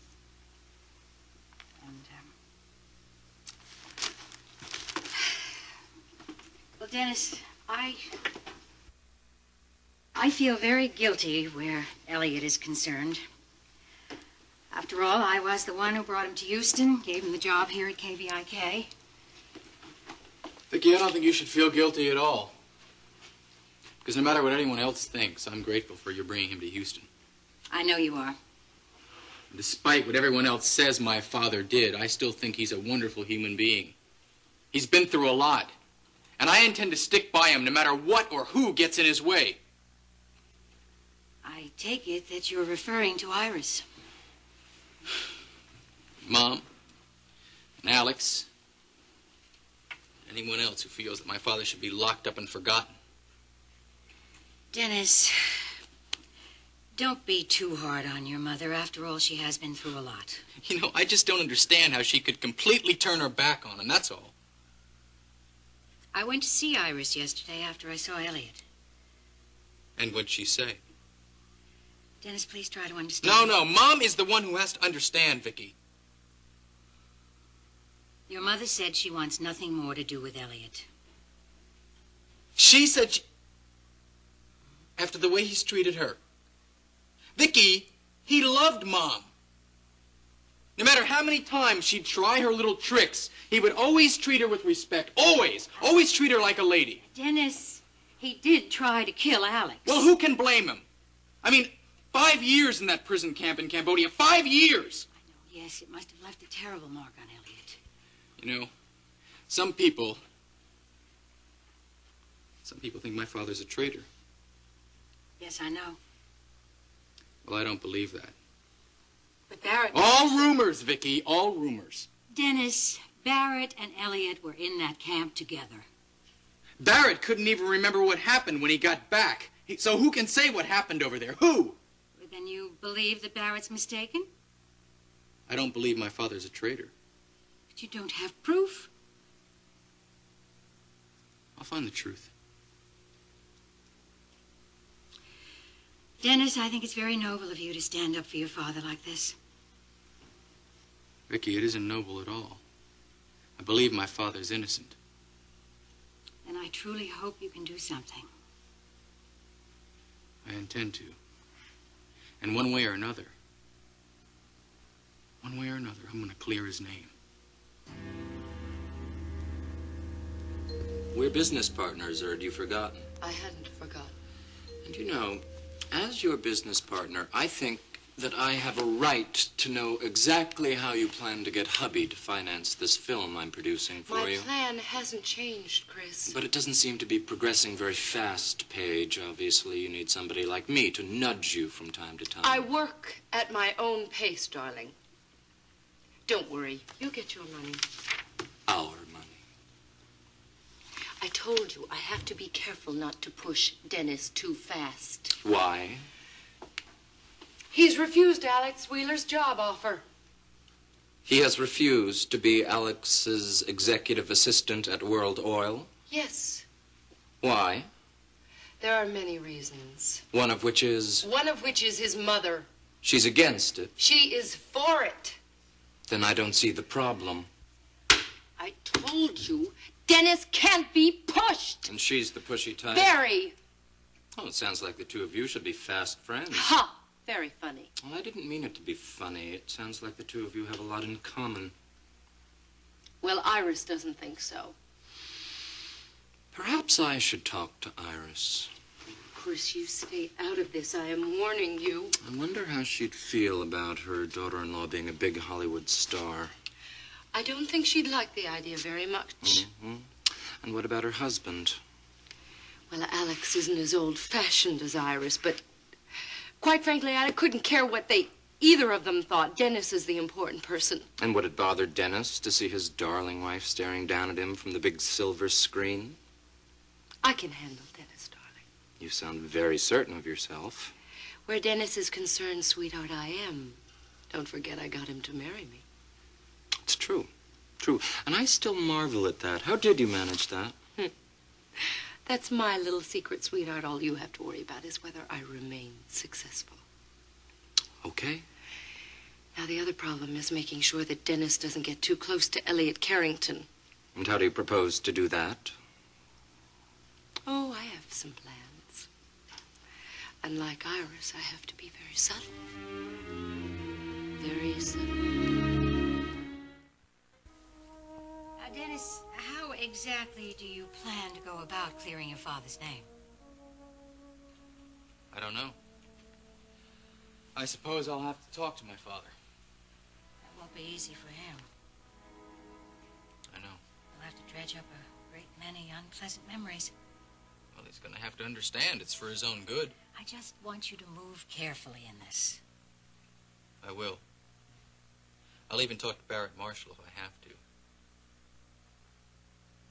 Because whatever happens, I want all of this out in the open. You're beginning to sound like a reporter, you know that? Am I? Mm-hmm, yes, and I mean that as a compliment. I think Elliot has a son that he can be very proud of. You know, Vicky, I've been meaning to talk to you about that job offer at KVIK. Yeah? Well, you were serious about it, weren't you? Of course I was serious. Good. Because I'd like to take you up on your offer. Dennis, have you thought about this? I mean, really thought about it? Look, I know it seems sudden. I know you just made the job offer yesterday. Yeah, I don't want you rushing into anything, especially now, when you're so obviously upset about your father. Look, Vicky, I need a change right now. This may seem sudden, but it's been coming on for a long time. I understand that. But are you certain that the field of television news is the right change? It's good enough for my father. I guess it's good enough for me. Dennis. Look, I know what you're going to say. The decision has to be mine. Yes, it does. Although I certainly think you should talk it over with Elliot. Well, I'll do that, but I don't think this is the right time. What are you thinking? How wonderful it would have been if Stryker and I had a son like you. I love my father, Vicky. I know you do. Elliot's a very lucky man. Of course, you know you're going to have trouble with your mother over this. Oh, yeah. Yeah, I know that. Iris isn't going to be very happy with your decision to follow in your father's footsteps. Look, I don't care what my mother thinks. Now, Dennis, I know you're going through a bad time with Iris right now, but you don't really mean that. Look, I realized how much my mother doesn't care when she stormed into the Top of the World Club. It doesn't seem like there's anything she's ever approved of that I've done, and there's no way I can make her happy. Oh, yes, Iris can be very stubborn at times. She likes to have things her own way. Well, I'll tell you something. My mother's going to realize how stubborn I can be. So your mind is made up? If you'll have me. Oh, we'll have you all right. And I consider us very lucky to get you. Fine. When do I start? That's up to you. Well, I have a few things to take care of at the gallery. I have to call the owners in New York, make arrangements for a replacement. Have you told your wife yet about your plans? Not yet. I'd like to talk to Alex first. And to tell you the truth, Vicky, I don't think that's going to be very pleasant.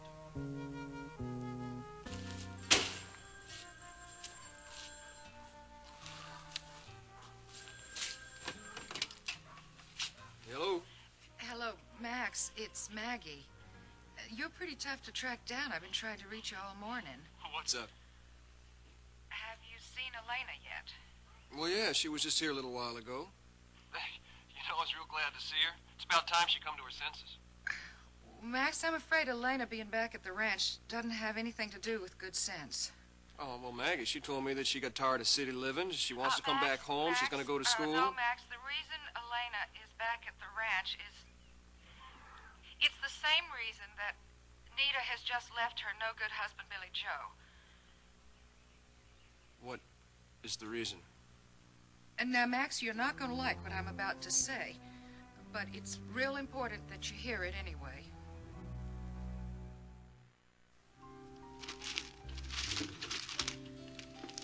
Hi, Sam. Hi. What are you looking for? Oh, the budgeting for the new remote equipment. Isn't there a copy in the files outside? Oh, yeah, I'll go look for it. Have you seen Justin? I don't keep track of Justin's every move. Sam. Oh, I'm sorry. I guess I'm just in a lousy mood. It's Justin's day off. It's not important. It can wait until tomorrow. Sam, is something wrong? No? Now, I know better than that. Do you want to talk about it? Well, it's nothing. Well, I've heard some office gossip. Is what they say true? Probably not. What is it?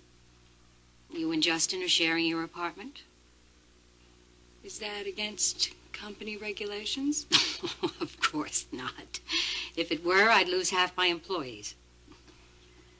Sam? Yeah? Is this relationship with Justin serious? I mean, have you taken him to San Antonio to meet your mother? I haven't even mentioned his name to Mom, and I'd appreciate it if you didn't mention it to her either. It's probably just a temporary thing, and you know how she is. She's so old-fashioned, I doubt if she'd even understand. And nothing is going to come of it anyway, so I don't want to bother her with it. All right, don't worry. I won't say anything to her. But I think you should. She is your mother, Sam. Aunt Vicky, does Rena tell you everything? Now, you know better than that. No. But we are closer. And I love her. Seems like this marriage to Max has been a good thing all the way around. I think for the first time in Rena's life, she's really happy. I hope it lasts. Elena! No, how are you? I'm okay. It's great to see you. Come on in, honey. Thank you. Have you seen Max yet? Yeah, we talked earlier. As a matter of fact, he invited me for supper, if that's okay with you. Oh, sure. Listen, come on, sit down. Huh? Okay. I'm looking forward to us being real good friends. Me too. I could use somebody to talk to. Well, now tell me, what about all those men you left in Houston? They can't be very happy about you moving back here. Well, I doubt they even know that I've left. Oh, sounds to me like you got men problems. No, not anymore. From now on, I'm going to be concentrating on getting my high school diploma and maybe even going on to college. Well, what about your singing career? Well, I'm not interested in my singing career anymore. Oh, I thought there was nothing more that you wanted to do. Well, maybe I was just going about it for the wrong reasons. Which are? It doesn't matter, Rena. Jeb Hampton? Well, that was part of it. I mean, Jeb Hampton only wants Courtney Marshall. Darling, Jeb Hampton has always wanted Courtney, even when she was engaged to be married to Kevin. Maybe wonderful for them. Oh, come on, Elena. You're much too young to be feeling sorry for yourself. There are a lot of terrific guys out there. Now, I suggest that you forget Jeb. He's firing someone else. You'll be a lot happier. Oh, I don't think so, Rena.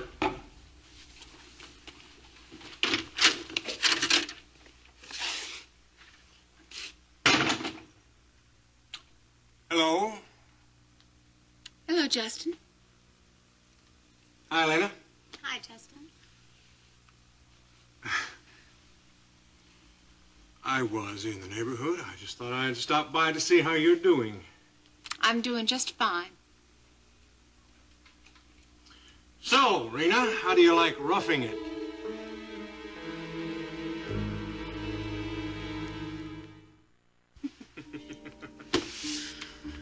Oh, Rena, you don't have to pretend with me, now, do you? I'm not pretending, Justin. We're old and dear friends now, aren't we? I really do like the cabin. I'm going to like it a lot more when I get to fix it up. Looks to me like it's going to take a lot of fixing up. Well, it's only temporary because Max and I will be building our own house. Really? Where? On the land that Max bought from Kate. You mean Kate sold Max some land? Then why are you so surprised? I mean, the Dekkers have been living on this land almost as long as the Marshalls. And just because the Marshalls own the land and the Dekkers work for them, that does not mean that the Dekkers aren't entitled to branch out on their own, you know. I don't mind somebody trying to get ahead. Especially if somebody is pushing them to do so. I'm not pushing anybody, Justin. Max and I both want this move.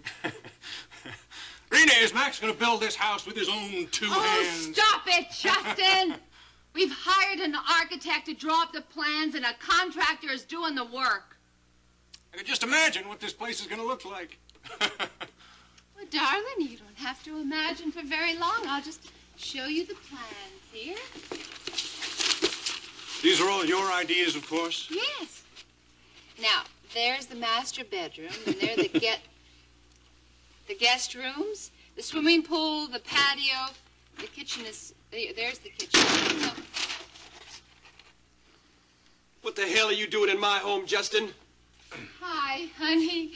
Justin was just here to see Kate, and he thought he'd stop by to tell us a hello. Yeah, you mean to tell you hello. If you'll excuse me, I think I'll be getting back to the ranch. I think I better be going, too. Oh, no, you don't.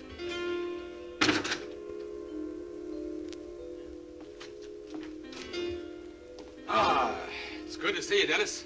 I'm sorry to be coming by the office like this. That's no problem. Come on, sit down. I hope you understand why it's easier for me to meet you here. Yes, I think I do. Mom and me getting along the way we have. Oh, no. Don't worry, Dennis. You don't have to make excuses, although I must say I don't quite understand why you and Mother aren't getting along. Well, to put it simply, it's about Elliot. And right now, I think I've got some more news that's going to upset her even more. And what is that? I've just finished meeting with Vicki Bellman. And I've decided to accept a job offer to work at KVIK. To work at the television station? That's right. Now, I won't be able to start off as a reporter. That's something I'm going to have to work my way up to. But I've decided to make that investment. I wasn't aware that Vicki made you an offer. I talked to Stryker and Vicki yesterday. In other words, this is fairly recent. Yeah. Well, Dennis, I won't say that I'm not disappointed, but I certainly will respect any decision that you've made. Well, thank you. I wish Mom would have extended such a courtesy. Well, I think that she will accept this once she knows it's what you really want. Oh, I don't know about that. Mom wasn't very accepting last night. Oh, yeah, she told me about the telephone conversation. What phone conversation? When she called you at the Top of the World Bar. Mom didn't call me. Well, what she did was fly into Paige's office. Well, now, was this before or after she spoke with Rena? She didn't speak with Rena. Wait a minute, I don't quite understand. She said that Rena was standing with you at the bar. No, first of all, I wasn't at the bar. And second of all, Rena didn't even show up at the club that night. No, that's not right. Yes, it is right. You're going to have to accept that. But you must be mistaken. No, I'm not mistaken, Alex. But why would Iris lie to me? Because she knew you wouldn't approve of her coming over here and putting the screws to me, that's why. No, of course not, I wouldn't approve, but I still can't believe that. Well, you better believe it, and you better accept it, because that's the way Mom is. I've never seen this side of Iris. I'm shocked. Well, I'm not shocked. I'm mad. I've got a good mind to go over there right now and tell her where to get off. No, Dennis. Well, then you better do something, Alex, because if you don't, she's going to start all over again. You leave Iris to me. Now, how long did it take you to practice your little speech about being such a changed woman? Max, I meant every word of that. You sure had me believing it. Until Aunt Maggie called. Seems that Nita Wright had a real interesting story to tell. About publicity photos. Max, honey, what's the matter? Why are you so upset? Huh? Well, it seems my little sister here is turning into a tramp. Now, Max, listen to me. Nita has got the whole thing wrong. No, you got it wrong if you think you can come on back here to the ranch pretending like nothing's happened. Well, nothing did happen. Well, Nita says that Billy Joe was taking dirty pictures of you. No. That is not true, Max. I mean, maybe that's what he wanted. Oh, we're gonna be damn lucky if this ain't all over town by now, how my little sister's behaving like trash. Max, you listen to me. Now, I had no idea of what was going on. Oh, you knew what Billy Joe was like the minute you met him. Max, will you please let her tell her side of the story, huh? No, thank you. I've heard enough. Elena, she's got more stories than a public library, and none of them are true. Yeah, well, maybe if you would stop hollering for just 1 minute, I could tell you the truth. You don't know nothing about the truth no more. You don't even care about right from wrong. Max, the only thing that I did wrong was to get involved with Billy Joe. But I never let him do anything. Nita says there was stripper costumes all over the trailer. Well, Nita doesn't have any idea what was going on there that night. Are you saying that Nita told Maggie all lies? And are you saying that you believe Nita's word over your own sister's? Honey, calm down, huh? So you can listen to her. No, Rena. What? Just doesn't matter anymore. He doesn't care. And he never cared.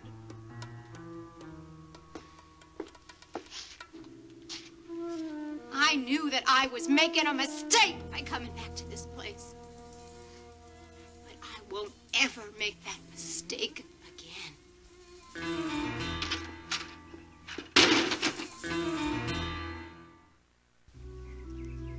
Max, you were just too hard on her.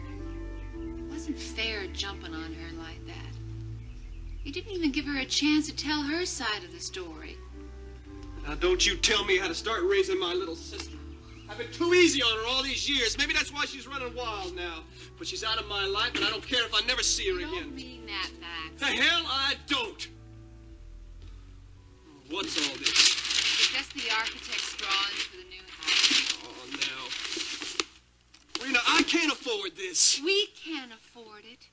We can take out a mortgage from the bank. Daddy will help us with it. I don't want any help from your daddy. I'm the head of the household here. I provide. Max, you promised me that you would build us a house on our land. Yeah, but not like that. First you blew up because you wouldn't let me redecorate this crummy little cabin, and now you're angry because you don't like the house plans. Well, I'm not going into debt so you can live like the Queen of England here. This cabin is plenty fine enough. You're never here. I'm here every day and every night by myself. You're somewhere off in the North Range. I don't know Now, where Rena, you go or listen what to you me. do. Listen to me. I'm sorry, but you're just going to have to make do with what we got. Now, even if I could afford it, I wouldn't live in no mansion.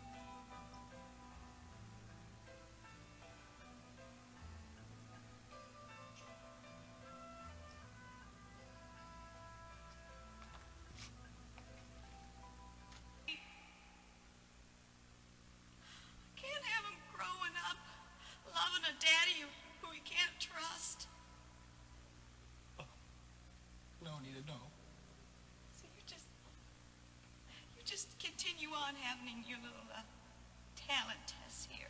Don't you worry about me. Because I'm going to take care of myself.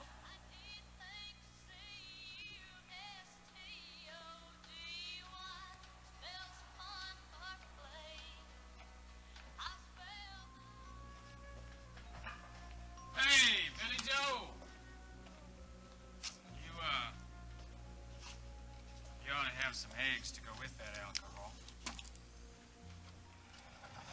No thanks.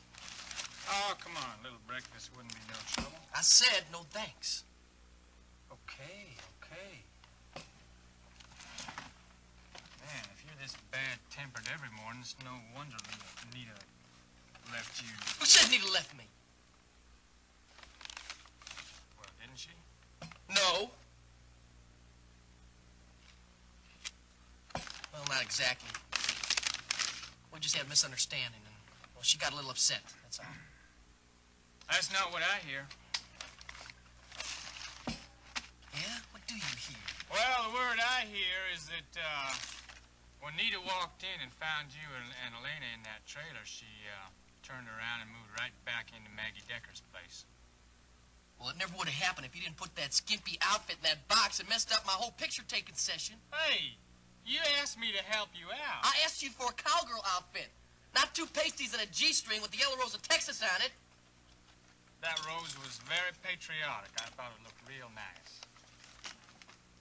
But not for a publicity shot. What? Who said anything about publicity shots? I did. I told you I was taking those pictures to help Elena get a career started. But she's a country western singer, not a burlesque queen. Well, I'm sorry. I didn't know you were serious.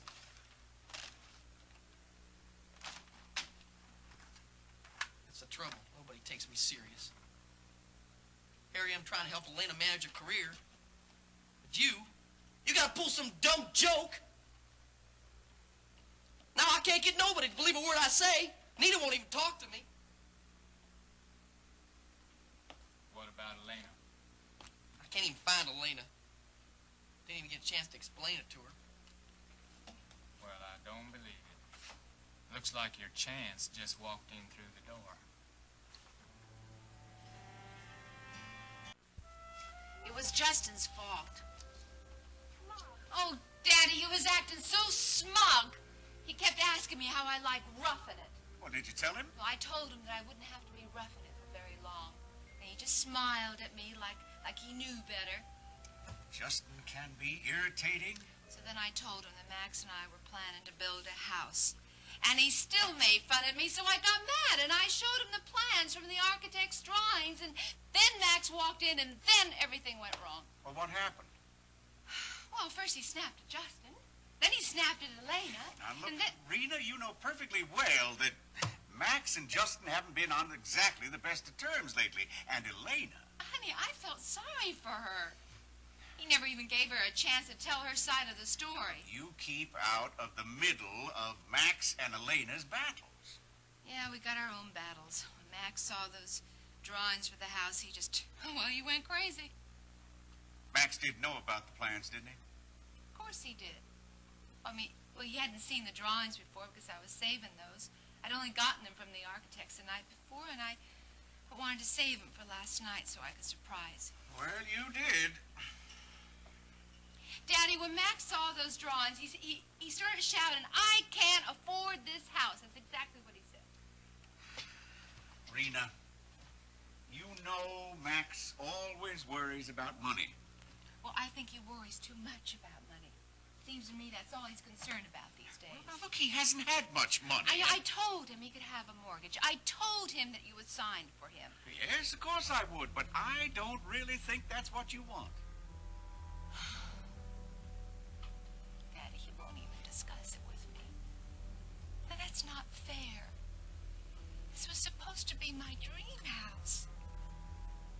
He promised me he'd build it, and he's going back on his word.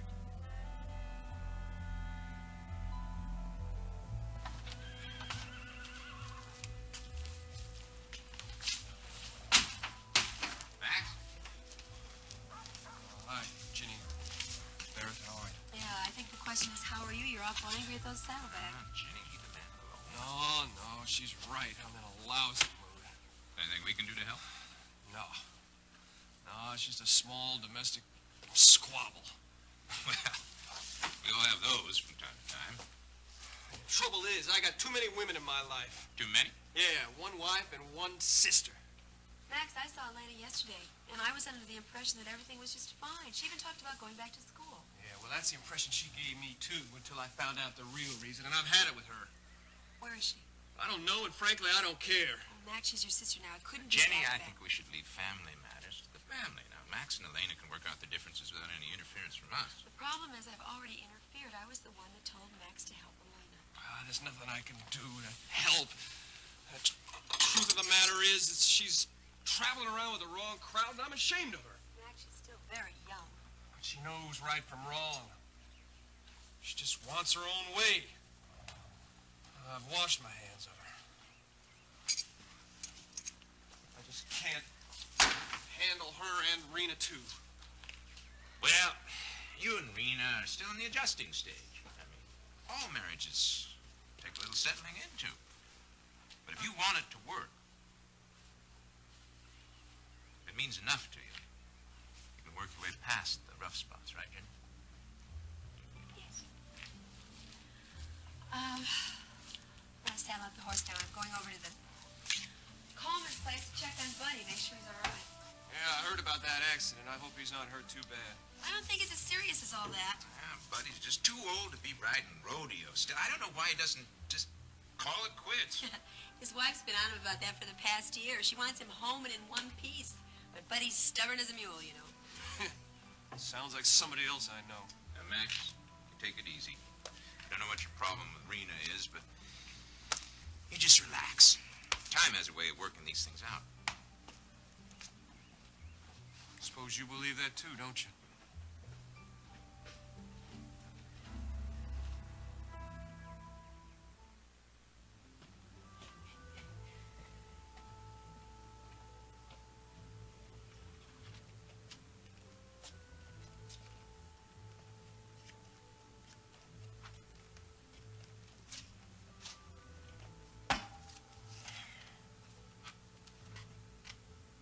Well, do you want to start throwing things, or you want to sit down and talk about it? I'm not sure. You don't sit down, you're going to be making a big mistake. Oh, Billy Joe, don't start mouthing off to me again. Elena, don't tell me you're still sore about that other night. You bet I am sore. Well, sweetheart, you got no call to be. You and me are both victims of the same big misunderstanding. Oh, really? Well, there didn't seem to be a misunderstanding about the size of the costume you wanted me to wear. That's exactly what I mean. I swear I never meant for you to put that thing on, honest. The whole thing was Bernie's idea. His idea is some joke. I told him I wanted to get some country western outfits, but he picks up that G-string with yellow roses all over it and gets us all in trouble. Well, I don't believe you, Billy Joe.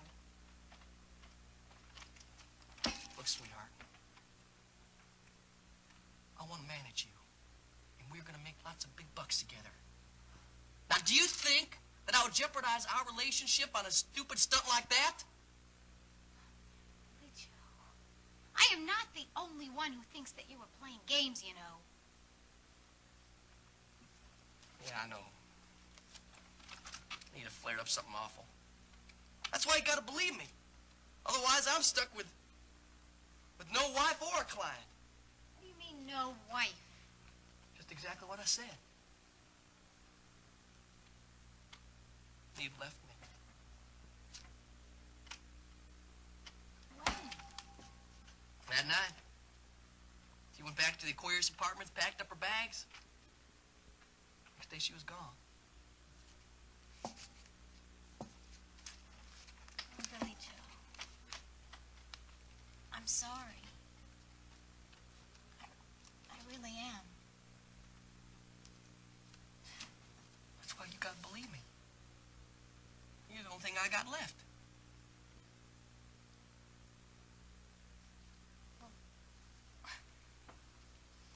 Did you try and talk to Nita? Sure. I stayed in the apartment all day yesterday. She left some stuff there, and I thought she'd come back for it. Well, where is she? Is she in town? Oh, yeah. She's back at Maggie's.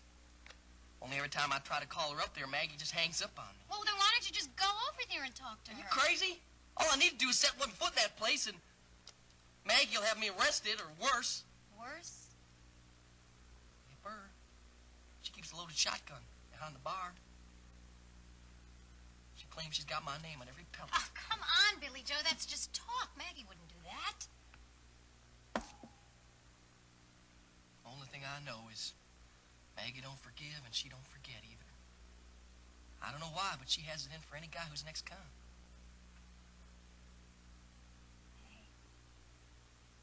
I'm sorry.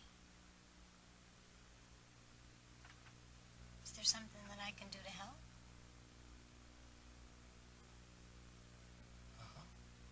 There is. What's that? You can tell me you want me for your manager, Ken. Well, what can I get for you?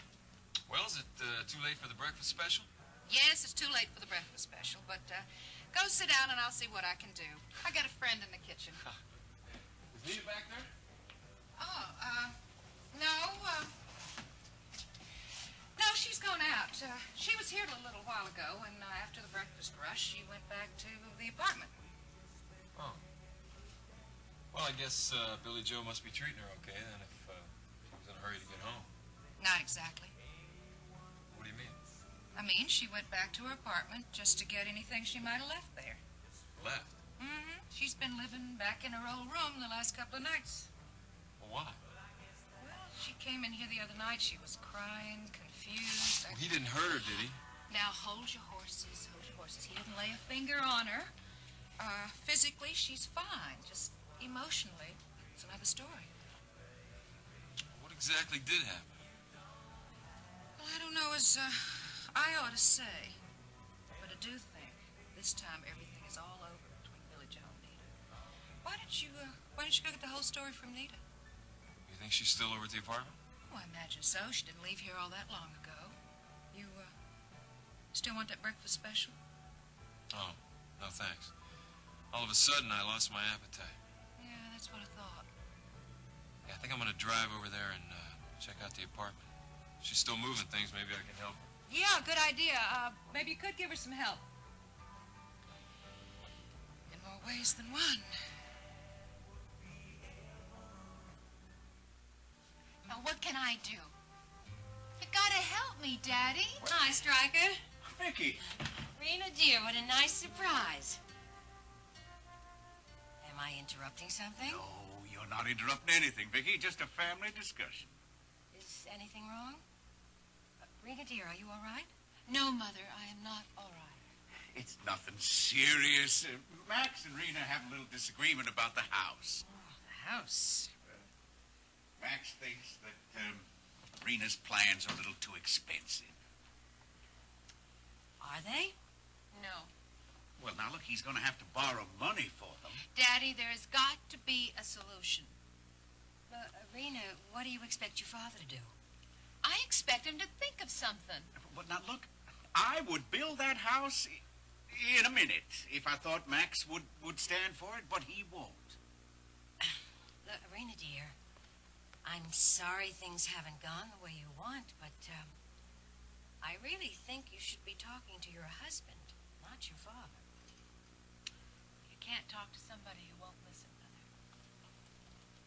The point is, you see, that Max promised me that he'd build this house. Well, obviously Max doesn't want to build the house right now.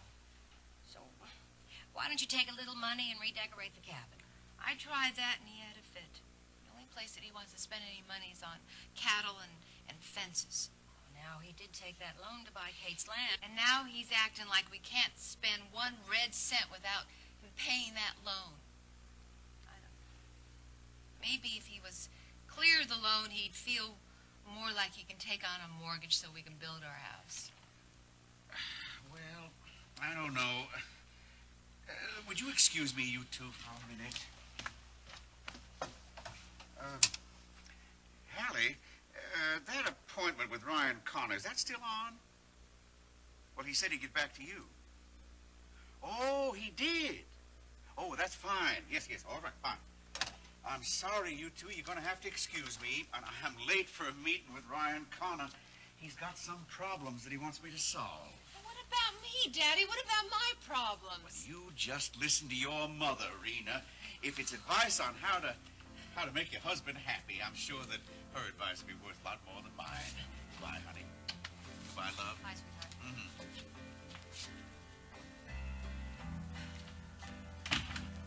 The trouble is that Rena's just not a homespun girl.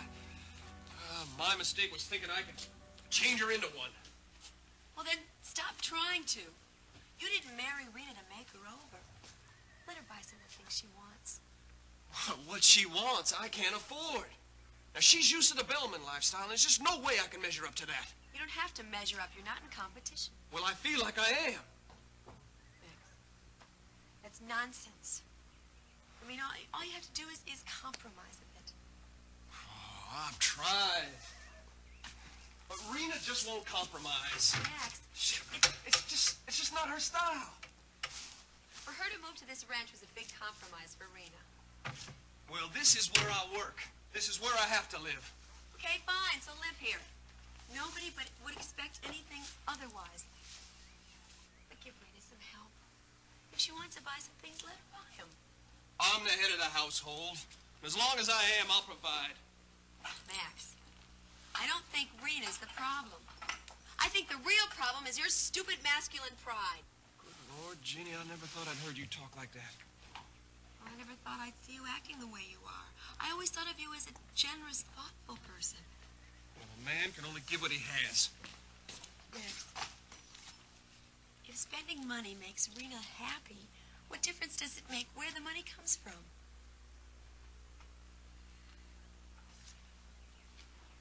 I can't believe you mean that. Oh, I do. You love Rena, and Rena loves me. Hold on to that, Max. And don't let anything stand in the way of it.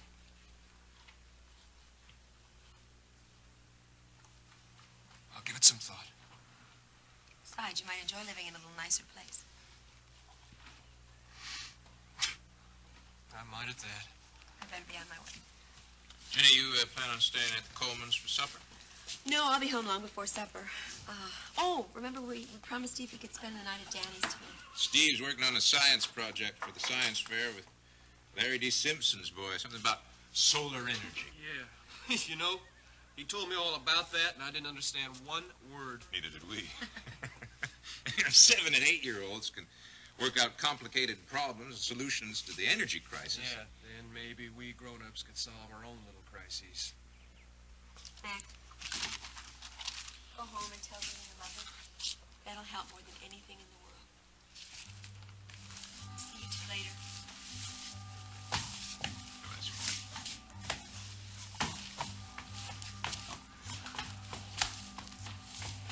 Oh, she's looking a whole lot better these days.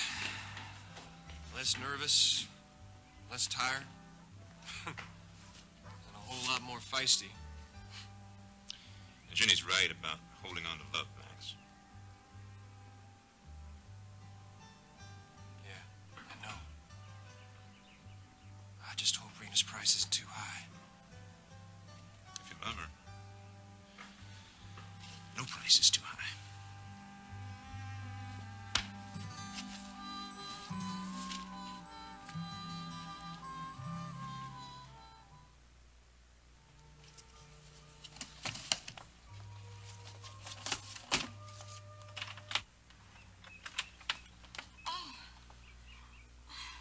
You were moving back to Maggie's. She startled me. Are you all right? Yeah. At least I will be. Oh, Ricky.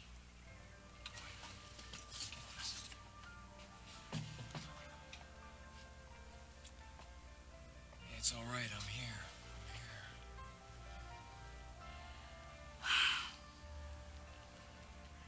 I need a friend right now more than I've ever needed anything in my whole life. You really want to be my manager again?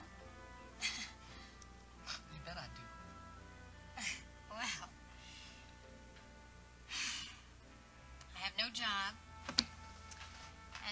future and no prospects. So why not? I sure don't want to go back to that ranch with Matt. You made it? Well, I've got nothing to lose. Welcome back, manager. Wahoo! That's great. That is great. I'll tell you, that's the nicest thing anybody ever said to me in days. What's the problem here? What's the trouble? Ain't no trouble, Bernie. Everything's cotton candy and blue skies again. What on earth is wrong with him? I just asked him to be my manager again. Oh, you did? And you know what that means, buddy? Huh? It means you're making a lot of noise. No, it don't. It means we're on our way to successful times. We're on our way to the big time here. And just as soon as I can get started, I'll tell you, as soon as I get started, Elaine and me, we're going to be rolling in the big bucks. Yeah, well, you roll in the big bucks all you want, but do me a favor and do it kind of quiet. Like, the way you're carrying on there, I thought we was being robbed. You and me are going to make one great team, you know that? We got the looks and the talent, and I got all the connections. You know something? Some guys I met when I was doing time in Huntsville, yeah, they're outside now. And they are sitting in some pretty fancy places. Yepper. Wait a minute. I don't think that prison contacts are what we need, Billy Joe. Huh? Honey, you'd be surprised. You know, in the music business, it never hurts to have a little muscle. I don't really mean that, though. I mean, well, you know, these guys, they know people. And the people they know, well, they're just the exact people we need to know to get us put up to the top. Well, I hope you're right. Of course I am. Hey, you know what? It's going to be first class all the way. I mean it. First class. You know what I'm going to do? How we're going to start things off? What? I'm going to get you a photo session with a real, honest-to-goodness photographer. Really? No, you don't have to do Of course not, but I want to. I mean, that's what managers are for, you know? I mean, I'm going to help you get some money, and then I'm going to tell you what to do with it so you can make some more. Ow! Come here, darling. Ow! I'll tell you, Lane, you just don't know how big we're going to be. You don't know. I'll tell you, Nita's going to come running back to us. That's just what she's going to do. I'll tell you what, could you maybe, I mean, now we're back together, could you maybe come to her and explain, you know, what happened? Huh? Hey, I asked you once to hold it down. I can't, Bernie. I'm too busy celebrating. Listen, if you take my advice, you would just slow down, because every time you step on the gas like that, you wind up with a state trooper riding on your shoulder. Not this time, Bernie. This time luck is turning my way, and all my troubled days are gone forever. Ow! Yeah!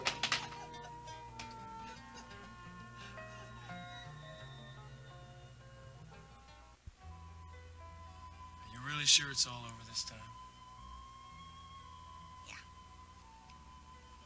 Yeah, you don't have to worry about that. You're really sure?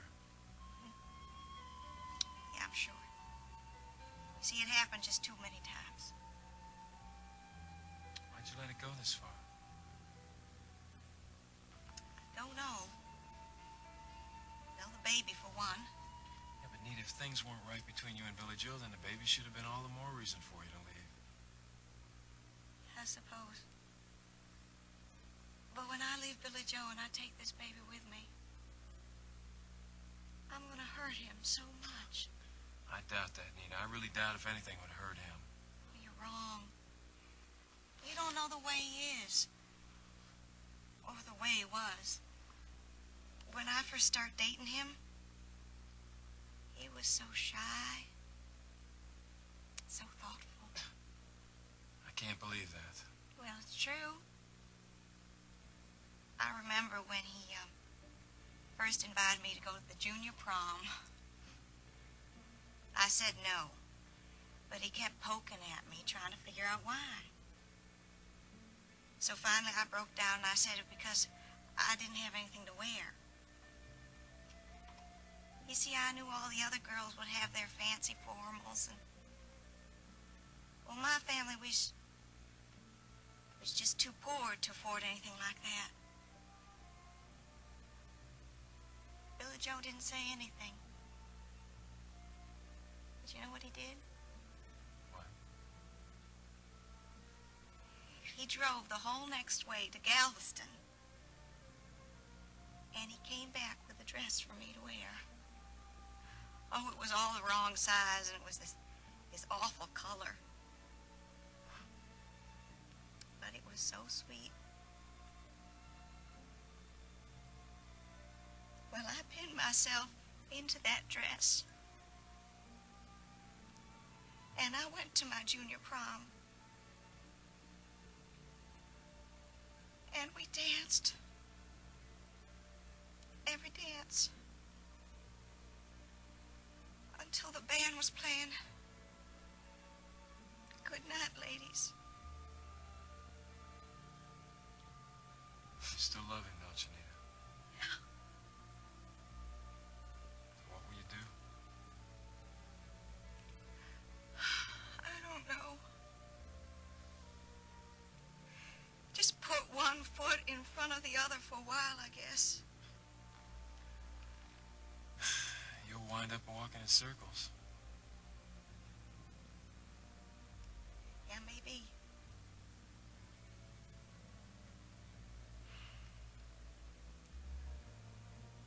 You know how I feel about you, don't you, Nita?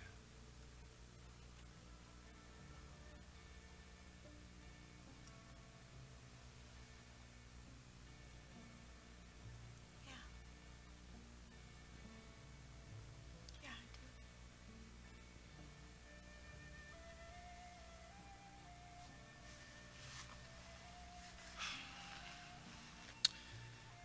Well, how about if I get you back to Maggie's? No, no, no. I'm going to take a bus. Ah, don't be silly. My car's right No. out front. Please, Ricky. Leaving this place is something I got to do. All by myself.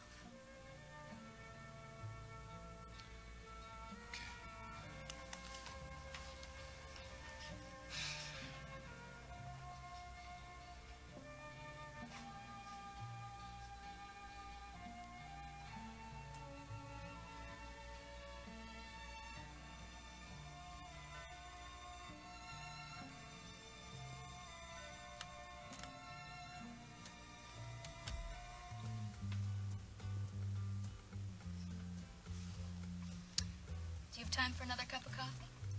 I got all the time in the world. But now you're the one with a busy schedule there, Dr. Marshall. I'm not on call until tonight. Oh, yeah, well, in that case, we can have a beer. Wine, something like that, You huh? are impossible. You know, I don't know if I can deal with all your newfound freedom. You got no choice. I suppose not. You know I wasn't very happy about you working with Elena. Yeah, I know. You made that clear. Still, I am surprised she let you loose as easily as she did. Yeah, well, so was I. What exactly did she say? Oh, nothing. She just informed me that I was now her ex-manager and that she had no use for me. You mean she doesn't even want you to play backup for her anymore? Nope. She's gonna sing with the band. That's if she even sings at all. What do you mean if she sings at all? Well, I was talking to Grandma and Kate last night, and she told me that Elena might give up her whole career. She might just go back to school. Well, good. Good for her. That's exactly what I say. And good for you, too. You think so, huh? Mm-hmm. That was never any kind of life for you. Yeah. I agree. Only thing is, what are you gonna do now? Do you plan on staying in Houston? Yes, well, Brother Barrett offered me a job, full-time, at the ranch, ranch hand. Doing what? Well, roping them doggies and singing Kaya, yippee, yippee. Whatever the foreman tells me to do, that's what I do. Well, great. I think that's wonderful. If I get good at that ranch work, I might just get a little spread of my own. Oh, the bar none? Yeah, I might even go out to the livestock auction, and get a cow or something. Okay, well then I suggest that you buy several. And a bull. Sorry. You like ranch life, don't you? I love it. I love it. But then again, I think I would love any kind of life. As long as it's with you.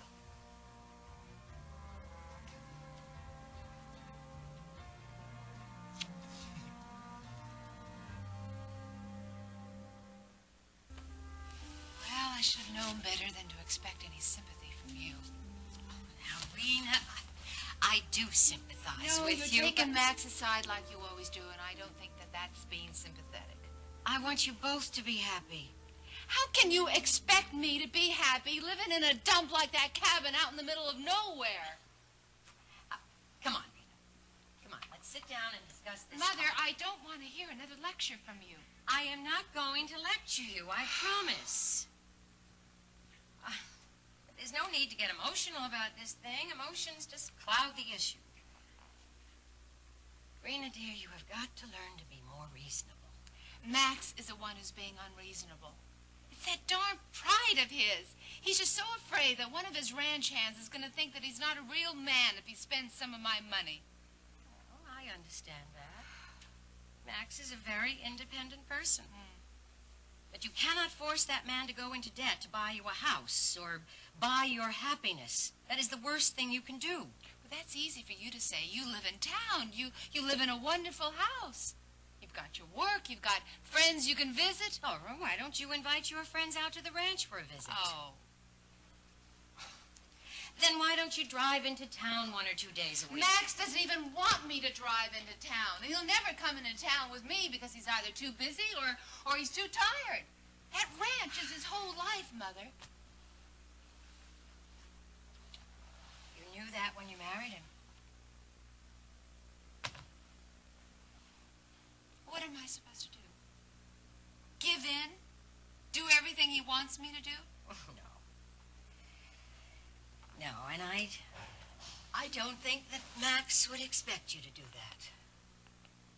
We were so much better off before we got married. Maybe we should have just left well enough alone. Honey,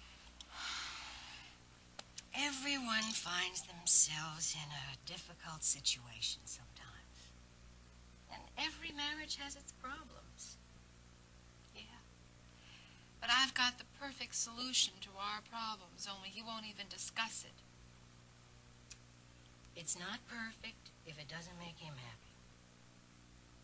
Mom, I need that house. I want that house. He promised he'd build it for me, and now he's going back on his word. I thought a man's word was supposed to be as good as gold. I thought you were going to try to make this marriage work. I am trying.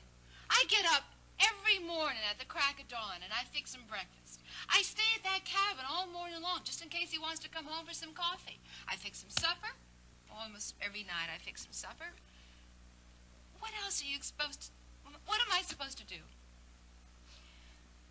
You could try to understand Max's point of view. He's not trying to understand mine. I don't think Max will ever understand your need for a 20-room house. 12 rooms. All right, 12 rooms. He doesn't even care about a bedroom. I mean, he just as soon sleep in the living room for the rest of our lives. You know, in the cabin, we have this spare room. Well, he keeps his junk in it. I had these terrific redecorating ideas where I'd make that room our bedroom. And you know what? Max objected? He had a fit when the king-size bed was delivered. He said it cost too much. Did Max know how much it cost before you ordered it? Well, I didn't tell him that I was ordering it. I wanted it to be a surprise. Oh, honey, you can't do that sort of thing. Well, why not? I love surprises. Some people don't. And Rena, dear, if you're not careful, one of these days Max may surprise you.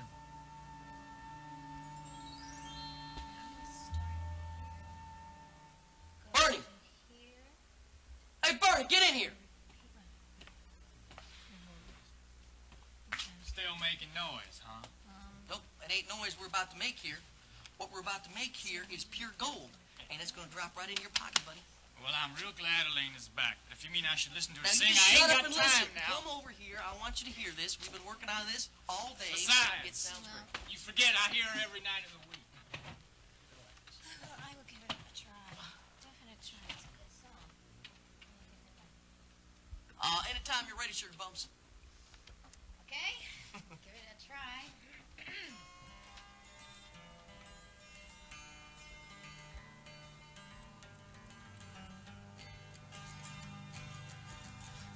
Sometimes it's hard to be a woman, giving all your love to just one man. You'll have the good times, and he'll have the bad times, doing things that you don't understand. But if you love him, you'll forgive him, even though he's hard to understand. And if you love him, oh, be proud of him, 'cause after all, he's just a man. Stand by your man and give him your arms to cling to, and something warm to come to when nights are cold and lonely. Stand by your man and show the world you love him. Keep giving all the love you can. Stand by your man. Sometimes it's hard to be a woman, giving all your love to just one man. You'll have bad times, and he'll have the good times, doing things that you don't understand. But if you love him, you'll forgive him,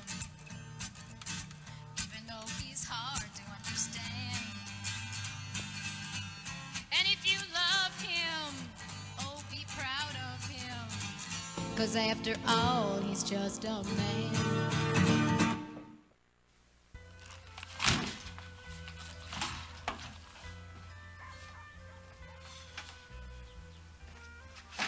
Isn't it about quitting time?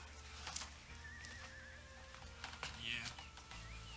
I guess. How's that fence repair on the south pasture coming along? Not bad. I think, though, if we had a couple more hands, we could get it done by the middle of next week. Well, I got at least one other hand that I can let you have.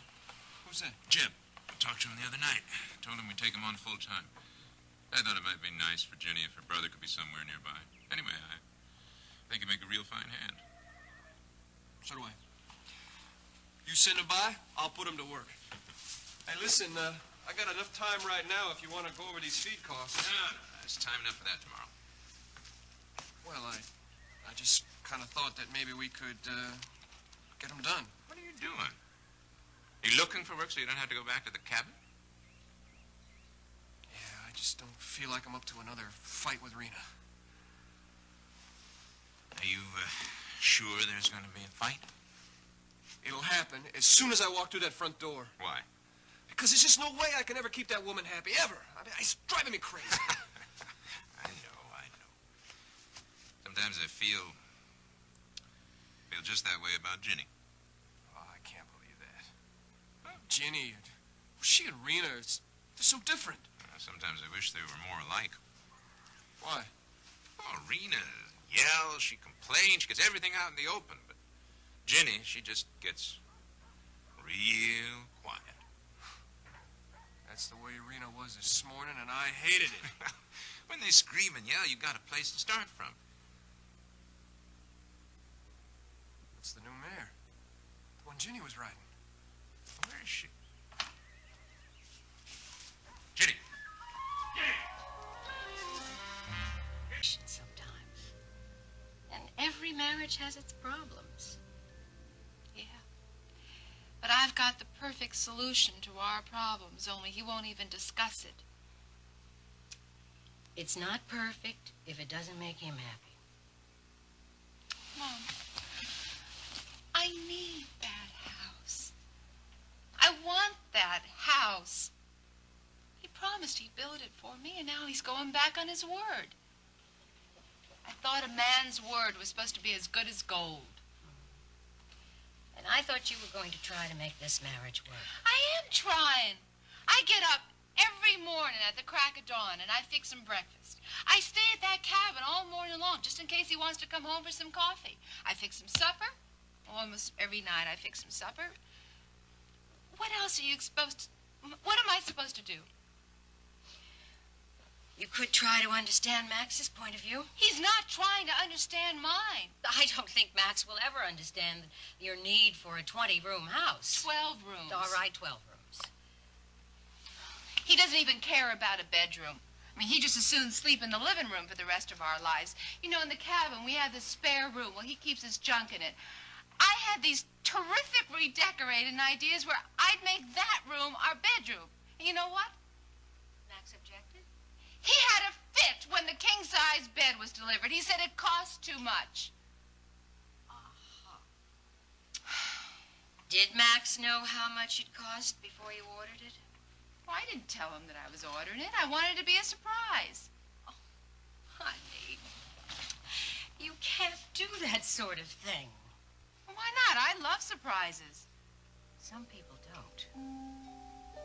And Rena, dear, if you're not careful, one of these days Max may surprise you. Kate. Oh, Max! You're just in time for supper. What's wrong? Ginny, she rode Songbird over to the Coleman Ranch this afternoon. Well, Songbird came back alone. There's no sign of Ginny. Oh, my Lord. Well, Barrett, he took the pickup truck, and he's looking for her right now.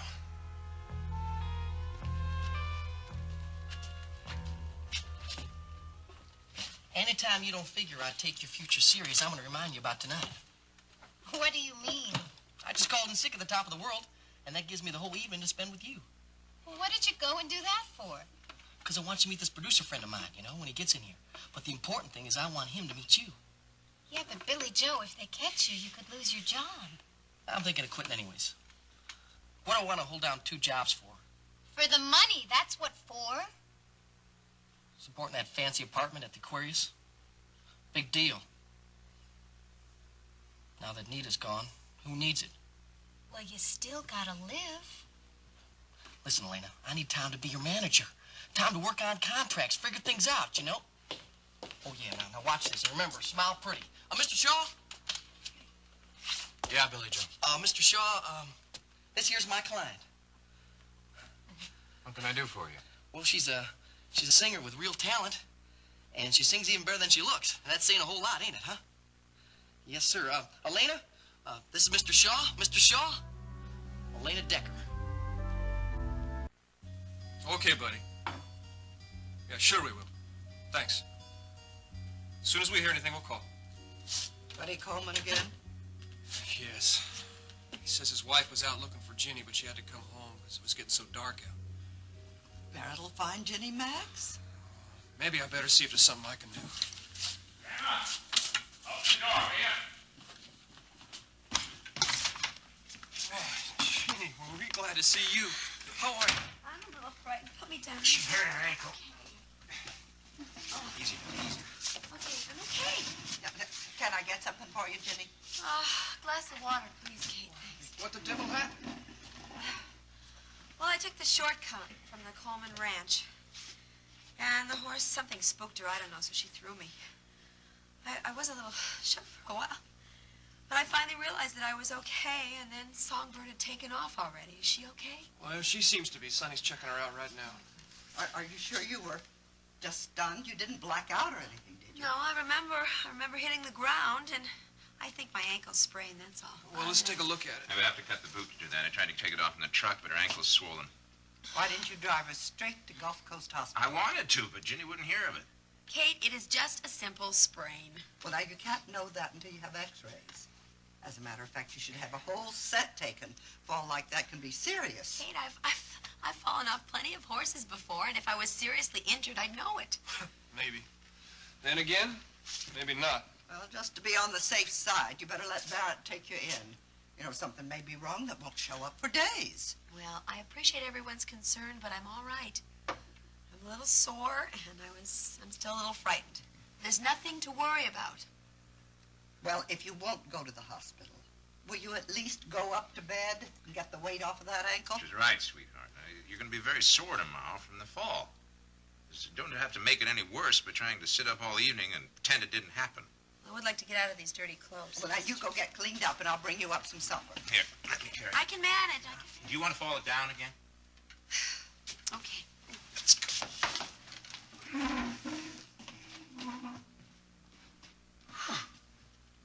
One stubborn lady, isn't she?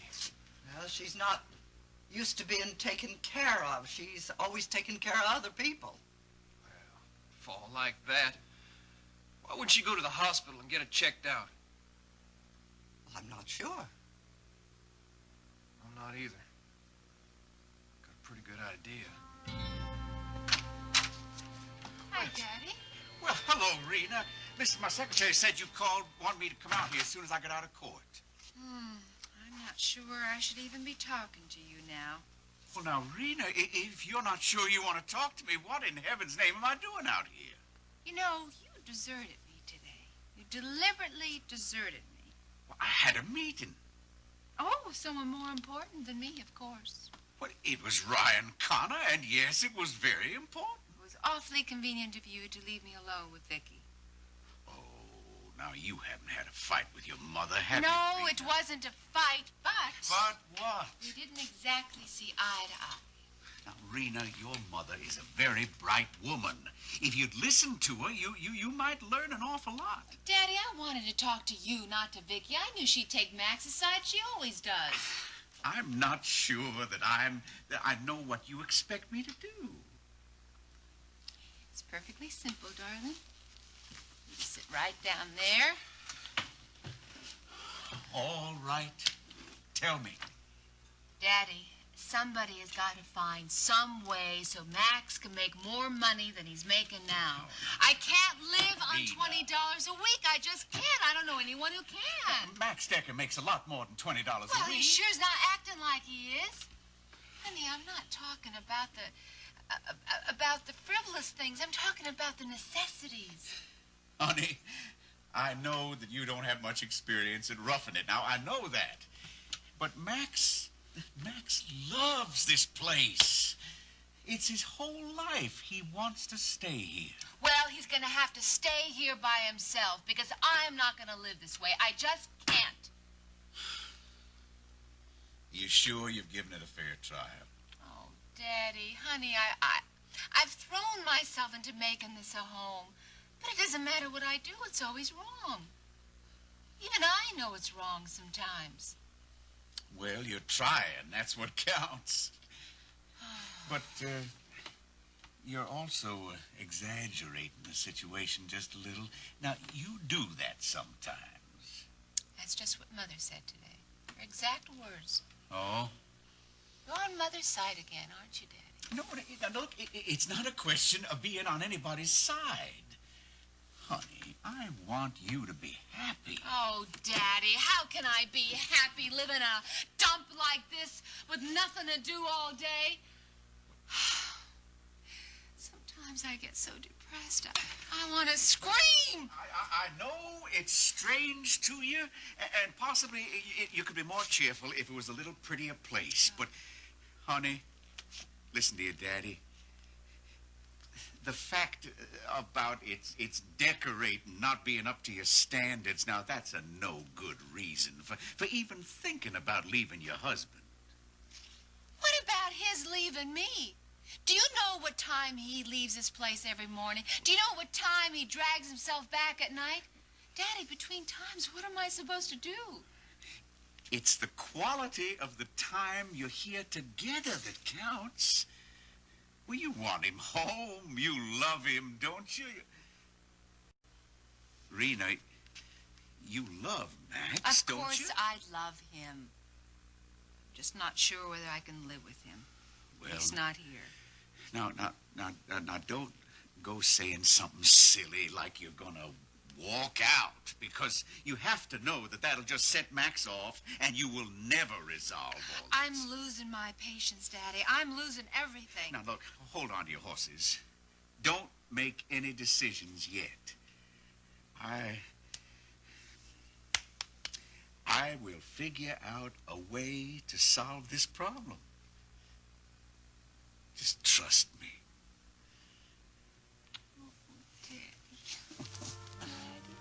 You see, I knew that if I could talk to you, you'd fix everything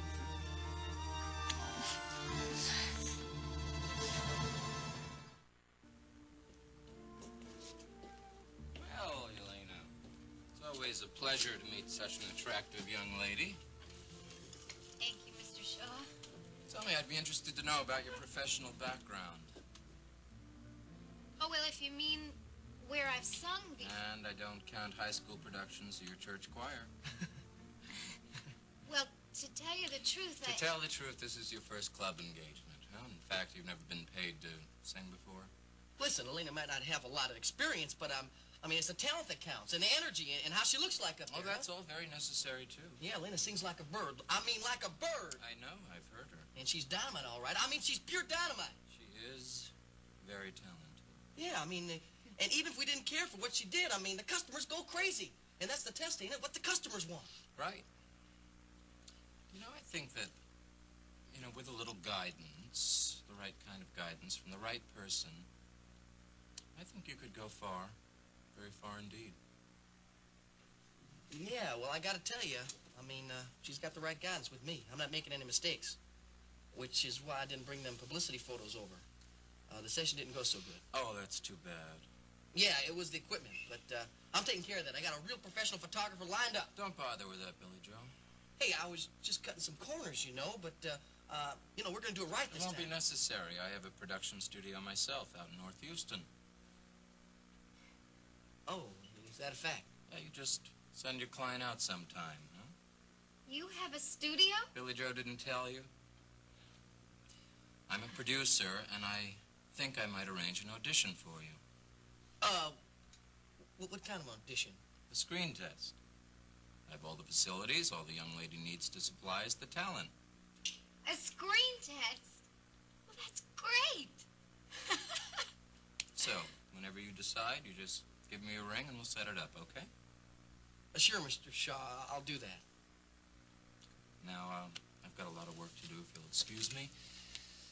But Elena, you know, I work with an awful lot of young, talented girls, and they...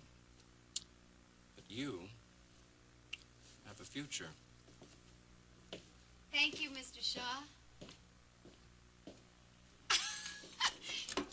A screen test. Did you hear what he said? A screen test. Yeah, I heard. Well, Billy Joe, this is the big break. Isn't it wonderful? I ain't so sure, Elena. No, I ain't so sure about that at all. So, Nita's still over at that apartment she's got with Billy Joe, huh? I might have guessed that.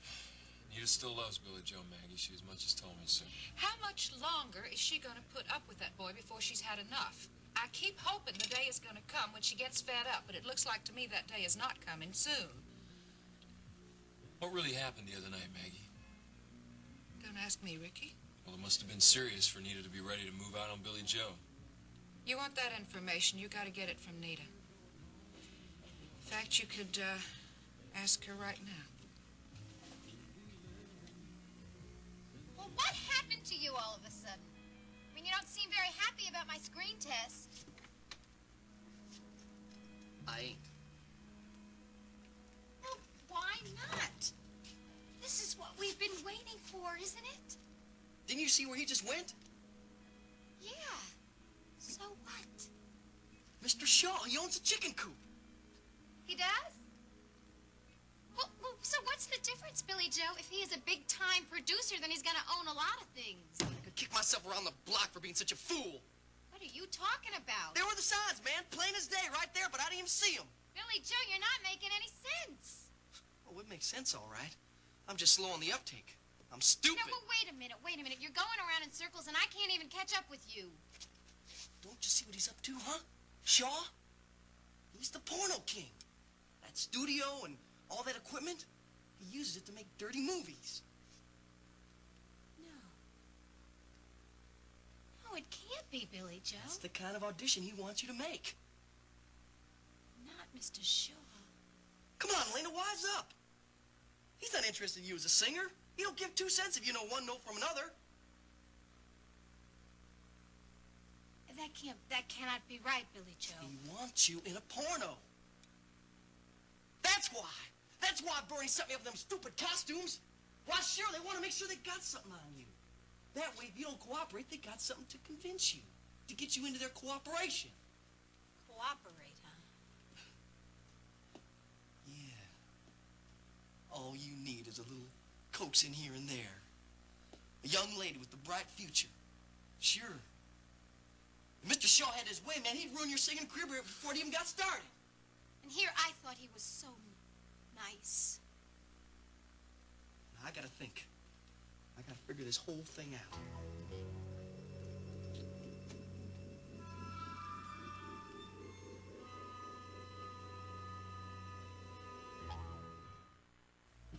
I can understand why Jenny doesn't want to go to the hospital after she's spent so much time over there while Barrett was in there after that crash. Well, can you think of a better reason? Could be. Wait, would you care to tell me? No, it's really none of my business, Kate. Oh, now, Mac, don't start anything you can't finish. Well, it's just something Rena said. What did Rena say? She thinks Ginny might be pregnant. It was just a hunch of Rena's. A woman's intuition? Yeah, but I think she's wrong. Why? Well, I mean, if she's pregnant, why wouldn't she want anybody to know? Well, some women just don't want to talk about it until they're sure themselves. Well, women do have a way of knowing these things for sure, don't they? But most of the time, it's better to have the doctor confirm it. Do you think that might be the reason why she hasn't told Barry? Well, probably. Well, you and Ginny are real close. What about you? Ginny hasn't talked to me about it. And until she does, Max, it's none of my business. How's that? That's fine, thank you. Get something to cut that boot off. It must be pressing hard against the ankle. Oh, Barry, I love these boots.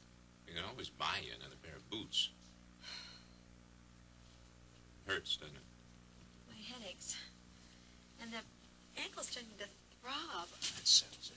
I'm going to get you to the hospital. No, Barry, please. I'm all right. I'm all right. As soon as you cut this off, the pressure will be relieved. They can make you feel a lot better. They'll maybe give you a shot.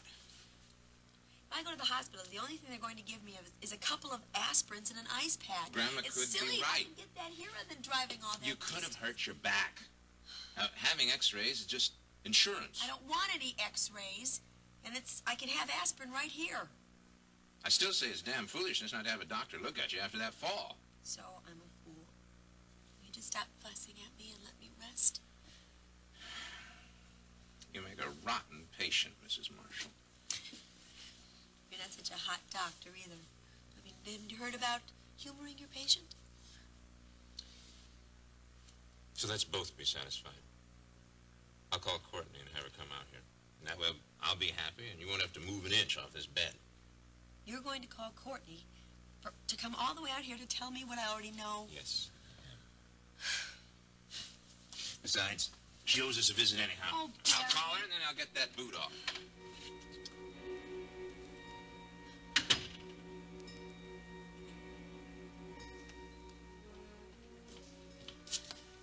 Oh, I'm sorry I'm late, honey.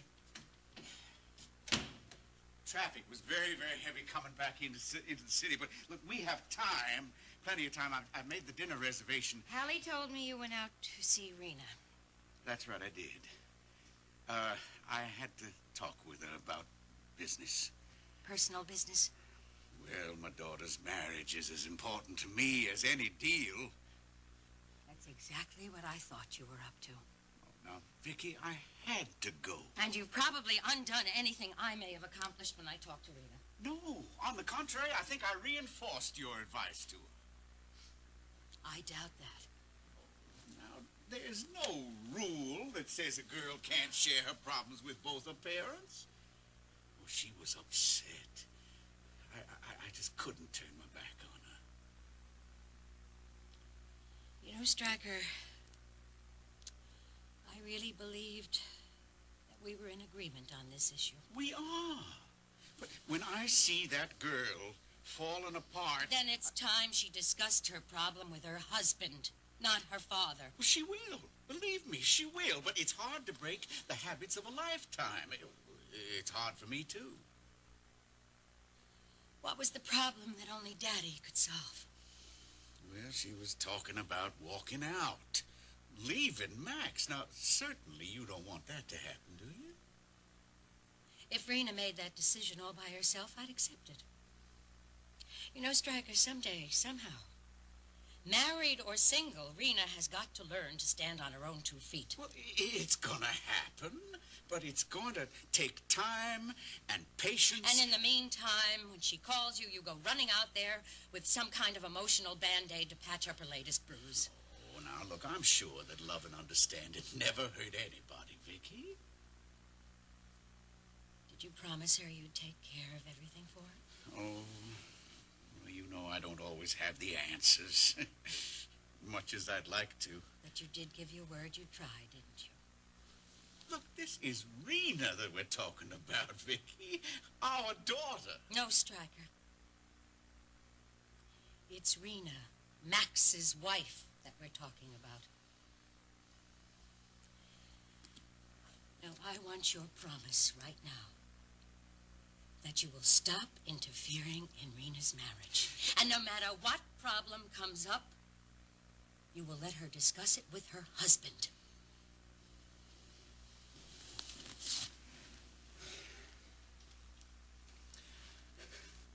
You are a hard lady to do business with. I mean it, Stryker. You have my promise. Here's a kiss to seal the bargain.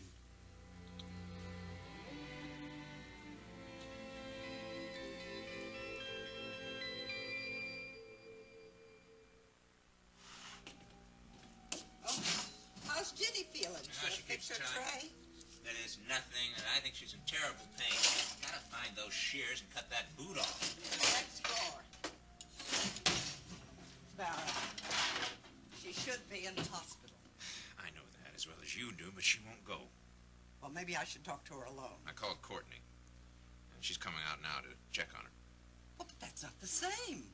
We don't have the facilities, the X-ray. Best that we can do. It's all that Ginny's gonna let us do.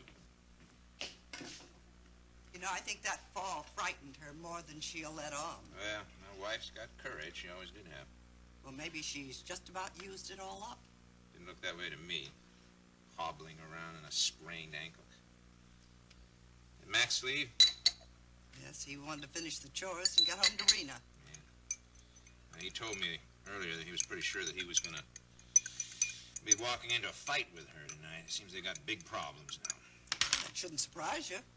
Both Rena and Max are hot-headed and stubborn as mules. There's bound to be fireworks between Well, them. fireworks, yes. Major explosions, no. It's their lifestyle, how they plan to live. Well, Max knows what he wants. He's always wanted it. Now, Rena can't change that. Yeah, but what if Max can't change Rena? I doubt if either one of them's going to give in. And one of them has to.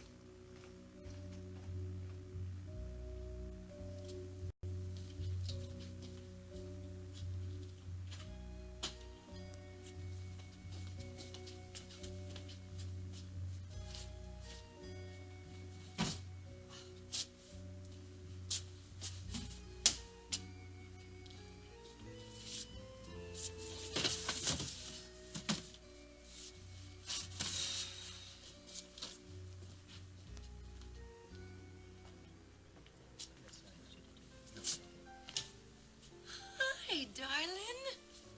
Hello. What are you doing here so early? Well, I got hungry early. You know, my stomach doesn't follow a clock. You don't look starved. You look very bright-eyed and bushy-tailed. It shows, huh? Yeah. Well, the truth of the matter is, sit down. I came by because I thought you might like to have a little celebration before dinner. What did you say? I said I thought you might like to have a little celebration before dinner. You know, kill a fatted calf, toast with the greatest wine. Listen, Alfredo, would you bring us a bottle of the best champagne in the house? Yes, sir, on the double. Thank you. Darling, you are going to tell me what we're celebrating, aren't you? You really want to know? Dennis, come on. Of course I do. How about a new job? You think that's worth a little celebration? Your new job? That's right. I made up my mind this afternoon. Dennis! Oh, Dennis! Oh, darling, that's wonderful. It's pretty good, I think, I'm don't so you? happy. Oh, I think that's the greatest Well, Well, now, there are still a few things we have to take care of right away. Oh, whatever you say. What? Well, priority number 1, new apartment. Oh, right. Right, the sooner the better. Well, we can look in the papers in the morning and see what's available.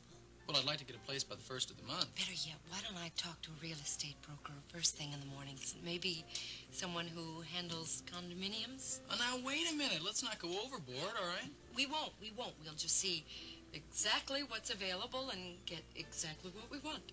Well, I think we'll need something with a lot of closet space. See, I don't have that much stuff myself, but my wife's wardrobe is something else. It happens to be my working wardrobe, darling. Yeah, I'd like to talk to you about that, too. Stop it. What are you going to do about the gallery? Well, I have to call the owners in New York for a replacement. That shouldn't be too much trouble. Oh, good. Oh, Alfredo, thank you. Darling, a toast to your new job. Can't tell you how thrilled I am for you. Here's to the newest reporter at the station KVIK.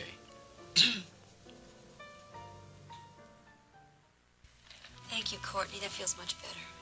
It's probably just a strain, but I'd feel a lot happier if I could talk you into going to the hospital for some x-rays. I don't know why everybody's fussing over this. I've had falls before and sprains before. Yeah, I know, but not... Look, Jenny, come on now. Courtney's got a point. You ought to get yourself checked out, just to make sure. And to make sure that the baby's okay. Courtney, you told me that No, you wouldn't Courtney didn't say anything about it. I figured it out myself by the way you've been acting and the way you overreacted to your fall here. I didn't think it was that obvious.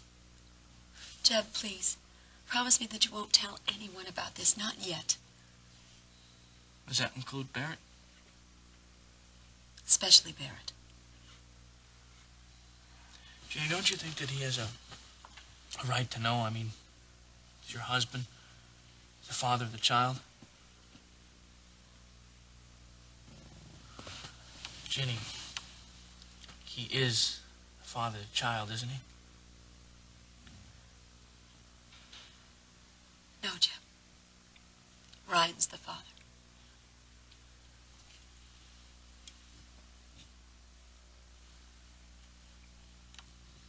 Well, look, you guys are married now, all right? And you're going to be raising the baby together. Now I know Barrett's gonna treat that child like he loves it, like it's his own and everything, you know? I wish it was that simple, Jeb, but it isn't. Well, look, okay, but in the meantime, I mean, you got to get yourself checked up just to make sure, I mean, for your sake and for the kid's sake, okay? No, I can't go to the hospital. They check me, they're going to find out I'm pregnant, and then Barrett'll know about it. I'm not going to miscarry. That would have happened already if I were, right, Courtney? Look, Jenny, to be safe, to be really sure. No. If it hasn't happened already, it's not going to happen. Jenny, come on, you got to tell Barrett before somebody else does, before he figures it out the way that I did.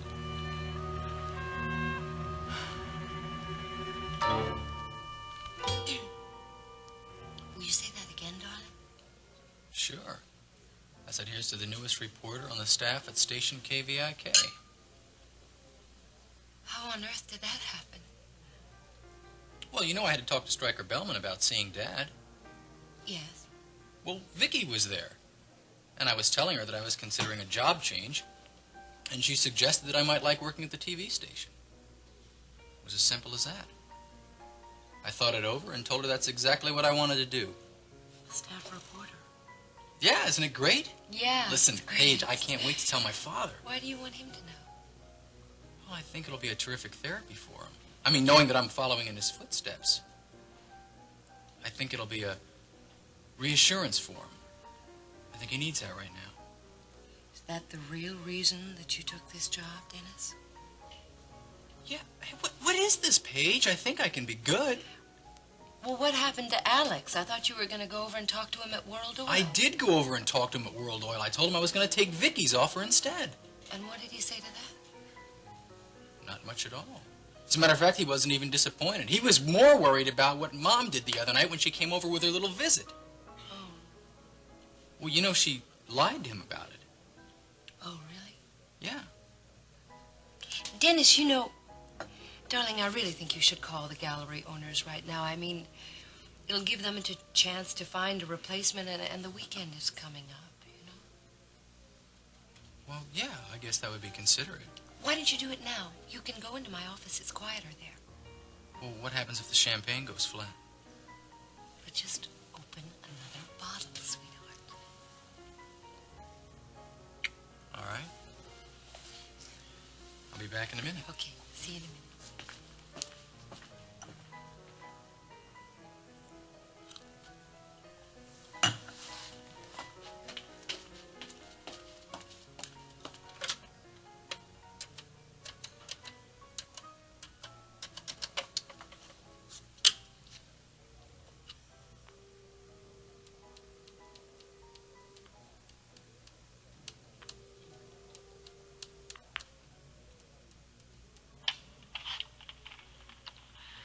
Chicken coop, take your pick, whichever you want, a hen or a chick.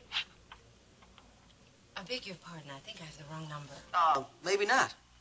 All depends on who or what you're calling for. Well, a friend gave me this number, said that he could be reached there. Yes, ma'am. And your friend's name? Mr. Shaw, Christopher Shaw. Oh, yeah, he's right here. Just hold on a moment.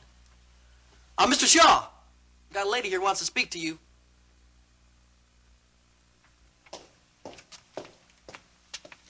she give her name? No, sure she didn't. Hello? Chris, it's Paige. I have to see you. I can come over now. No, don't do that. I'm having dinner with Dennis right now. We're gonna have to wait until he leaves. Could you give me a couple of hours? Whatever you say. What's up? Darling, we have trouble. And I mean trouble. So you got everything out of the apartment, huh? And you never have to go back there again. It's good of you to be so concerned. You know I'm concerned, Nita. I'm more than concerned. It's gonna be real convenient being back here with Maggie. Convenient working here, I mean. You know, I just don't know what I'd do without her. You don't have to do without her. She's been so good to me. All those days I was waiting for Billy Joe to come home from prison. All that waiting. Was it really so terrible? What happened the other night? I got this funny feeling that it was all Billy Joe's doing and Elena was just dragged in with it. Elena was dragged in? Yeah, well, I guess you could say it takes two to play at that Whoa, game. whoa, huh? wait a minute, Nita. Back up now. What's this about Elena? Well, did Maggie tell you? Tell me what? Billy Joe's taking pictures of Elena without... Well, I suppose you fill me in. No, I don't think you want to hear I this. want to know. I'm not really sure of what I saw. All right. Elena and Billy Joe were snuggling together over at the trailer. Billy Joe was taking pictures of her. There were all these pasties and G-strings around. I didn't see Elena in one of them. And Well, I that got slimy upset. little snake. Please, Ricky, I don't know if it was all that bad. I just don't know. I'm going to leave now, Nita. I'll see you later. What are you doing? I got business to take Please, care of. Ricky, A minute now, where are you going in I gotta such a catch up hurry? with Ricky. Why? Well, he may be going to the chicken coop and have a fight with Billy Joe. I gotta stop him.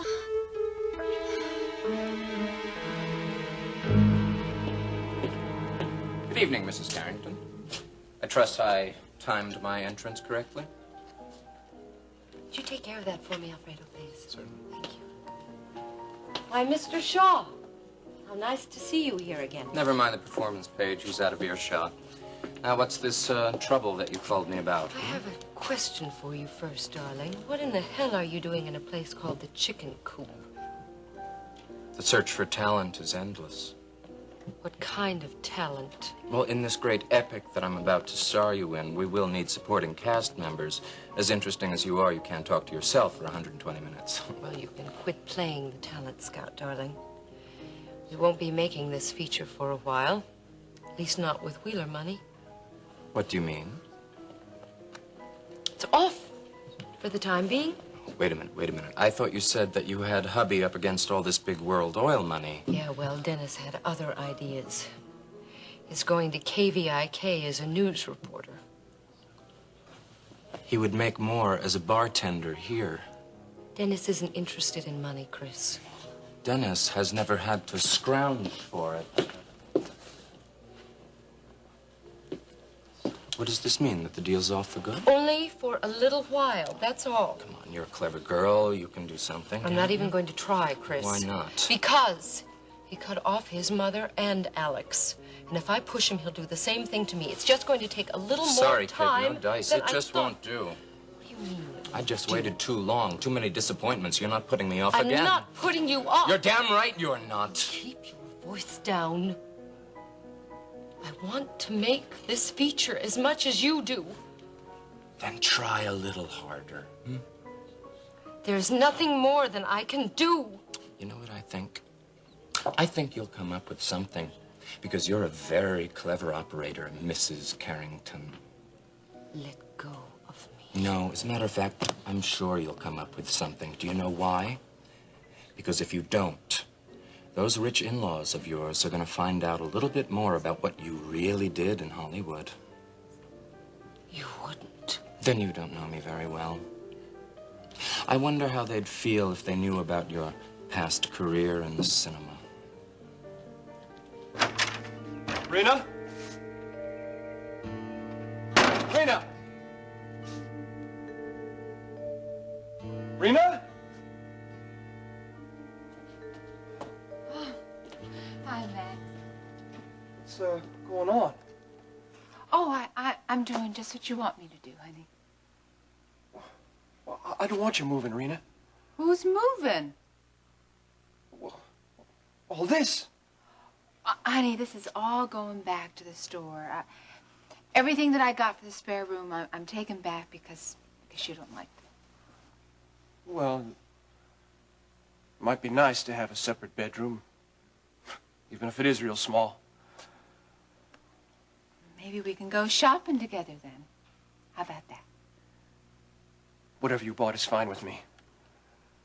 Hey, Max, first you had a fit because I went shopping, and now you... Well, I've done a lot of thinking today.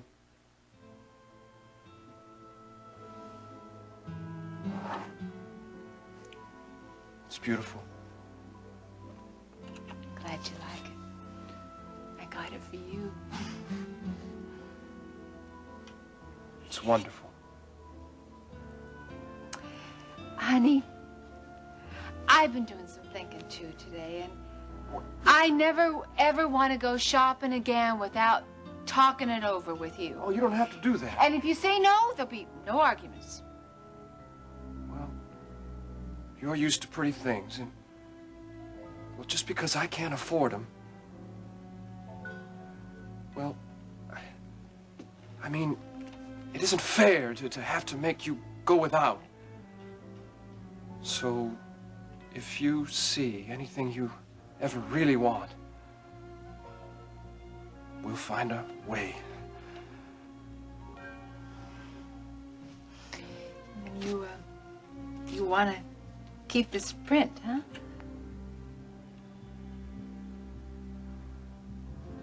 I want to keep it forever.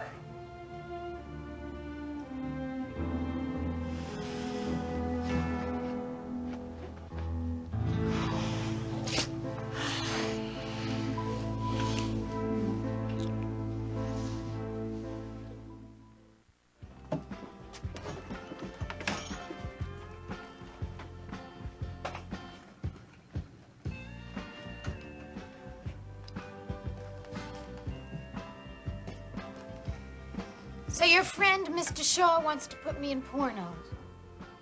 What am I gonna say? I'll think of something. Well, he might not take no for an answer.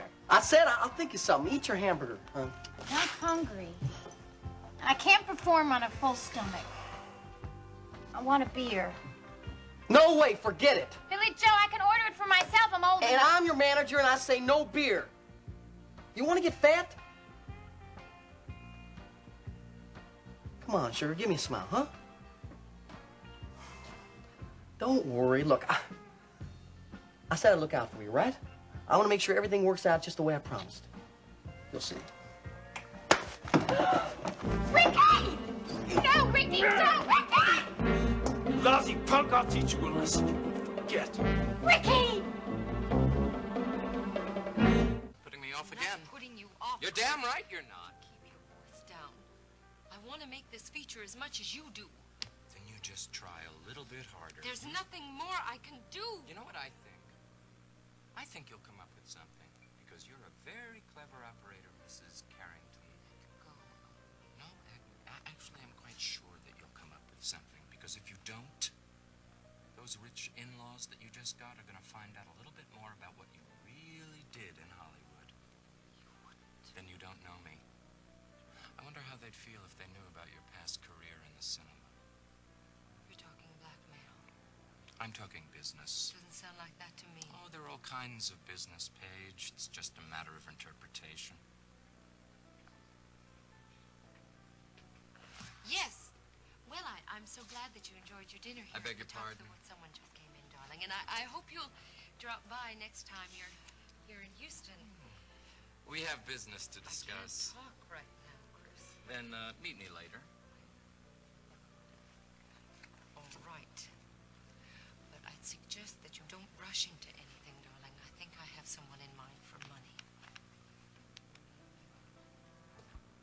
Jenny, come on now. Courtney's got a point. You ought to get yourself checked out, just to make sure.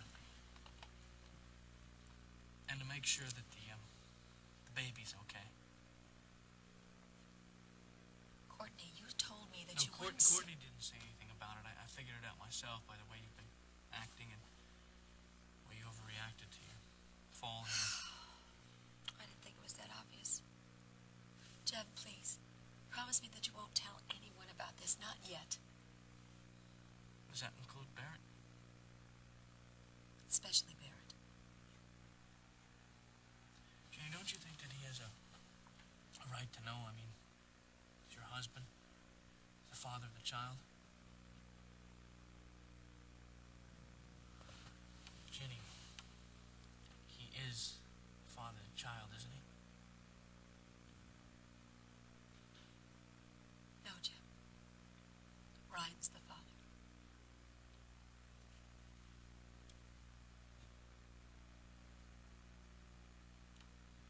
Well, look, you guys are married now, all right? And you're going to be raising the baby together. Now I know Barrett's gonna treat that child like he loves it, like it's his own and everything, you know? I wish it was that simple, Jeb, but it isn't. Well, look, okay, but in the meantime, I mean, you got to get yourself checked up just to make sure. I mean, for your sake and for the kid's sake, okay? No, I can't go to the hospital. They check me, they're gonna find out I'm pregnant, and then Barrett'll know about it.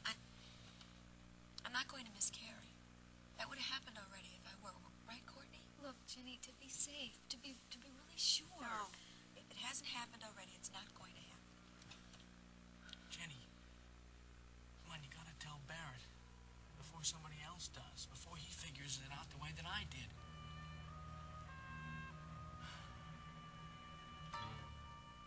I am not hungry, and I can't sing on a full stomach. I'd like a beer. No way, forget it. Oh, come on, Billy Joe. I can order it for myself if I want. And I'm your manager, and I say no beer. You want to get fat? Oh, come on, sugar, smile, will you? Look, don't worry. I'll take care of you, just like I promised. Everything's going to work out all right. You'll see. No! Ricky! What are you doing? I'm gonna wipe the floor with you, Billy Joe. Ricky, stop it!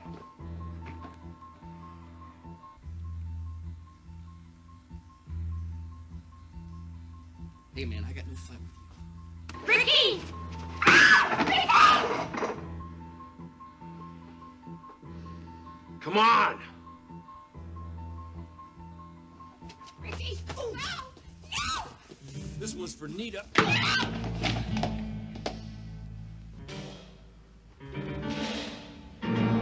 Ricky, get off of me! Ricky, stop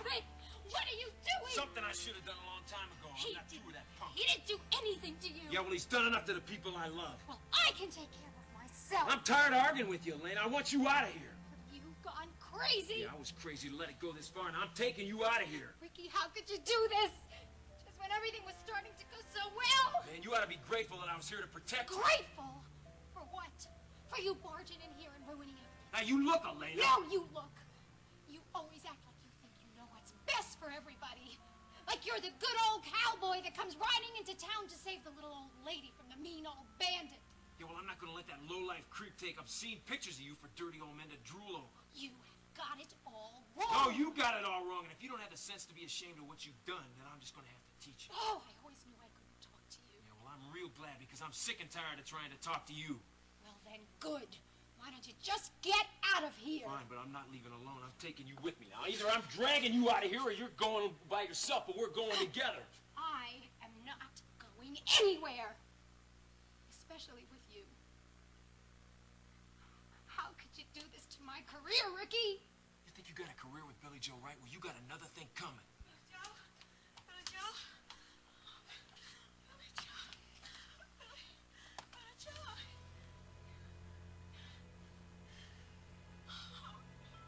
Ricky, you should not have done this.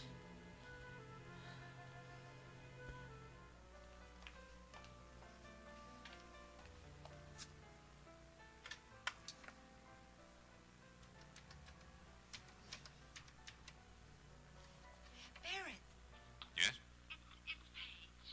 Wow, what a surprise. Oh, darling, I wanted to call you sooner, but I've just been so busy. How are you doing? Oh, not very well at the moment. The, injuries? No, I'm mending pretty well. Well, it's Jenny. She's been thrown from a horse. Oh, what a shame. Courtney's afraid that she may have a broken ankle. Courtney's there, too? Yeah, she and Jeb are with Jenny now, trying to convince her to go to the hospital. Darling, there's something I have to discuss with you. I can't really talk now. Well, it'll only take a minute. Why don't I call you after I get Jenny settled? Are you at the top of the World Club? No, that's all right, darling. You take care of Jenny. I'll call you tomorrow, okay? Bye.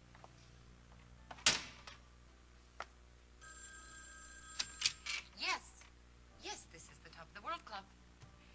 No, this is not the maitre d'. He is away from the phone. Obviously. Yes, I think that's a very good idea. Why don't you just call back tomorrow? Goodbye. Hey, Paige. That's no way to win customers at the top of the World Club now, is it?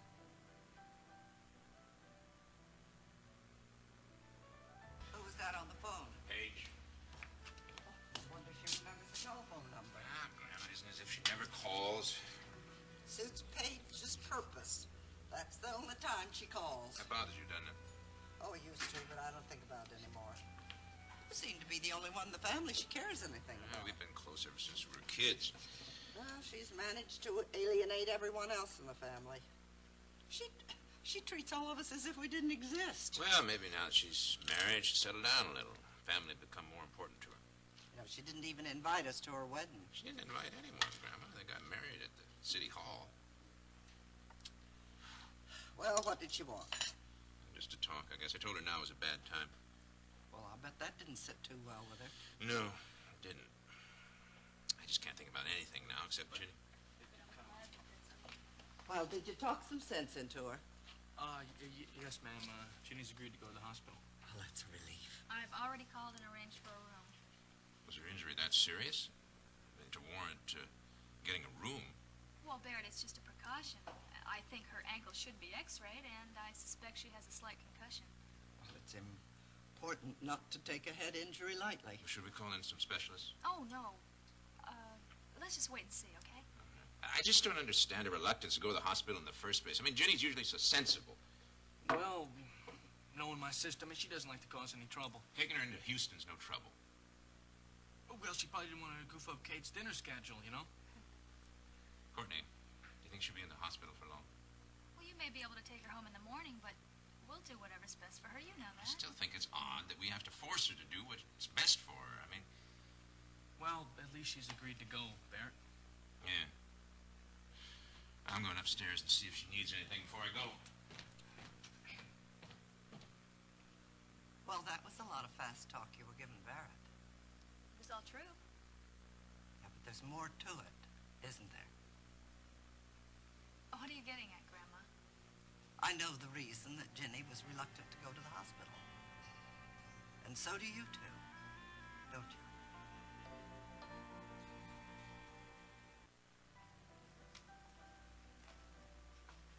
Oh. You still in town? Oh, I beg your pardon? I thought you told everyone goodbye. Yeah, you're right. I did. Well, then don't you think your next move would be to leave? Or do you just like long goodbyes? No, Paige, I just can't leave right now. Can't or won't? I can't go until my uncle's well enough to take over World Oil. Last time I saw Alex, he looked fine. That's right. He's feeling better. He just isn't well enough to handle World Oil alone. Oh, yes. That's right. My darling husband doesn't want any part of the company, does he? Look, Paige, even if Dennis was interested in training at World Oil, come on, no one really expected him to take over the entire company immediately. He would have learned very quickly, darling. So how do you feel about Dennis getting into the TV news business anyway? Whatever makes Dennis happy is fine with me. Is that why you're in such a lousy I've mood? had a very trying day. Well, the night's young. It could get better, right? So far, it's worse. Come on, Paige, you could run this place blindfolded. Now, what's the problem? Nothing. Nothing I can't handle. How convenient of Alex to recover so slowly. Gives you a chance to spend more time with Ginny, doesn't it? Well, I don't even know what you're talking about. I haven't seen Ginny. I hope you have the good sense to leave her alone. Barry has enough trouble without your interference. You know, I still don't know what you're talking about. Last I heard, Barry was out of the hospital and he was feeling perfectly fine. Yeah, well, it's one thing or another. Now Ginny's been hurt and she's... Wait, what do you mean Ginny's been hurt? Joe? Honey? Say something to me. I'd like to know what happened here. You had it coming to him, Nita. Billy Joe and I were discussing my career when my big goon of a brother came waltzing in here and started using Billy Joe's face as a punching bag. Does this career of yours involve any more of these publicity pictures? Like those ones I interrupted? Nita, I swear it, Billy Joe wasn't doing anything. Yeah, I bet he wasn't. Well, it's true. And I think it is terrible that you two don't believe him. Believe him? How do you expect anybody to believe him with his track record for lying? It is not fair. Oh, get off it. She's right, Ricky. You shouldn't have done it. I did it for you, Nita. Acting like that makes you no better than he is. Well, he comes around here and he's sweet-talking and bamboozling the people I care about. What do you expect me to do? Well, you could at least give him a chance to make a new life for himself now. I'm not giving him a chance to do anything, and before he gets up off the floor and starts that con man talk of his again, I'm taking you back to the ranch. Oh, so Max can humiliate me again? No, Ricky, I am through with Max, and I am through with the ranch. Okay, fine. Then I'll take you back to Maggie's, or I'll take you to Terry's, any place you like, but you're sure as hell not gonna stay here. No! Now look, Elena. Look, I don't want to hurt you, but I'm taking you out of here. Billy Joe. Billy Joe, you wake up right now, Billy Joe. Do And something. we'll take a cannon to wake him up. Billy Joe. Billy Joe, you start acting like a manager before you lose me. Billy Joe, do something. Is that you? Joe, are you all right? Are you all right? Yeah, but who turned out the lights? Where'd the water come from? Yeah, I'll tell you who turned out the lights. Ricky. Well, he had it coming. Oh, stop it. Come on, you want some more, Billy Joe? Man, that's it. Joe, stop it right now. Stop it, Ricky. Come on, you're all talking. I'm ready, I'm here. Well, let's do it. Maybe the best thing for you to be in the hospital. At least you can get some rest. I'm not tired, Barrett. You've been tired for weeks. I've been worried about it. You notice that? Yes. And I understand the cause of it. It's my fault. Having to deal with my changes of mood can't be easy on anyone. Especially you. But I promise you that I've recovered from all the pain and terror of the POW camp. I'm putting those experiences behind me. You're going to see a new man from now on.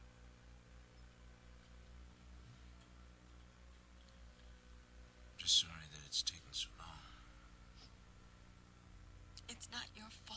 mine. Let's stop placing the blame on ourselves. We're gonna start fresh, okay? Okay. Maybe after you get home from the hospital, we can go away from somewhere. Just the two of us. Grandma will look after Steve. Oh, Barry. What is it?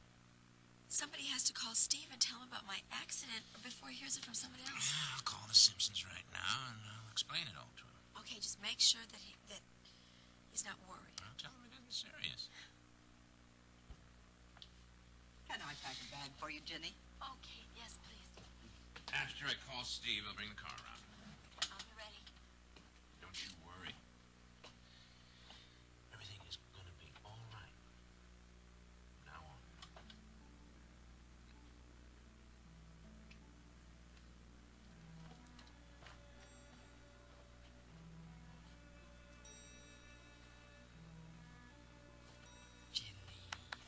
It will be all right, honey.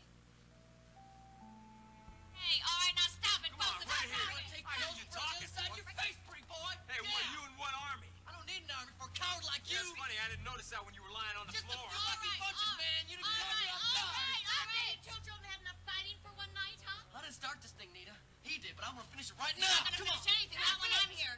Come on, You Nita. listen to me, Billy. Hey, what, you gotta stand behind a woman's skirts, Billy Joe? What's Now, that? now. Come on right here. Come on. Come on, let's go, man.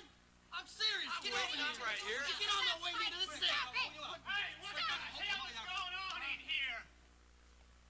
Billy Joe? Hey, just now, yeah, just hold on, Wang. Just hold on, all right? Okay? Now, somebody gonna tell me what all the ruckus is about? Yeah, I'll tell you, Bernie. Me and this Elena here were sitting real peaceful by the bar, trying to have us a drink before the coop opened. And this ape sneaks up behind me and starts punching. After what you did to my sister, you're lucky that's all I did. Hey, now just cool it, you two, huh? You don't know. Yeah, it's all right, Wang. Bernie, call American. Text American crazy. Just hold your chopsticks, all right? Okay? Now, haven't I seen you in here before? I don't know, have you? Yeah, you're Lena's brother, aren't you? The one who sang with her? The ex-cop? That's right, Bernie. He's the pig. Now, just hold your horses. I said I'd take care of this. Now, you see, poor Wang, our chef here, he was trying to catch a little shut-eye before the coop opens up tonight, and I'm standing out back talking to one of the delivery people, and he comes flying out the door screaming bloody murder, something about a raid. Now, look, we try to run a real honest establishment here, you know, the kind of place that can be a credit to the neighborhood, so I'm sure you'll understand me if I tell you that we can't have any ex-cops around here. It gives the place a bad name. So I want you out of here, pronto, Hey, understand? I'm looking out for my sister. Your sister's legal according to the law. You know, it's funny, but that doesn't put me at ease at all. Well, it seems to me she's got enough people to look out for her. She got me, she got Billy Joe here, not to mention Wang. It's more like the trouble. Now, look. I don't want to have to throw you out of here. Look, Ricky, please. Just go. Look, I didn't come here to leave alone, you know? Elena's gonna be all right. Please. You gonna look out for her? Yeah. You gonna take care of her? Yeah.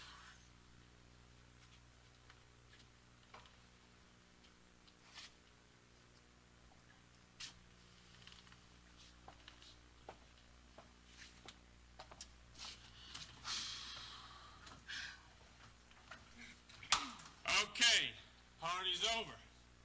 Billy Joe, you better get this mess cleaned up before the customers start coming in. Wang, you got work to do. Come on, let's get to it. Well, I guess you're all right now. I guess I'll be leaving too. Nita, don't go, please. No, I don't think I have any business here. We gotta talk, honey. We gotta talk this out. Oh, I think we've done all our talking. We did all our talking when I packed my bags and I left you. You're wrong, Nita. You're dead wrong about what happened in the trailer. Listen, Joe, I believed you before when I wasn't so sure, but this time I saw with my own eyes the two of you in the trailer. But you misunderstood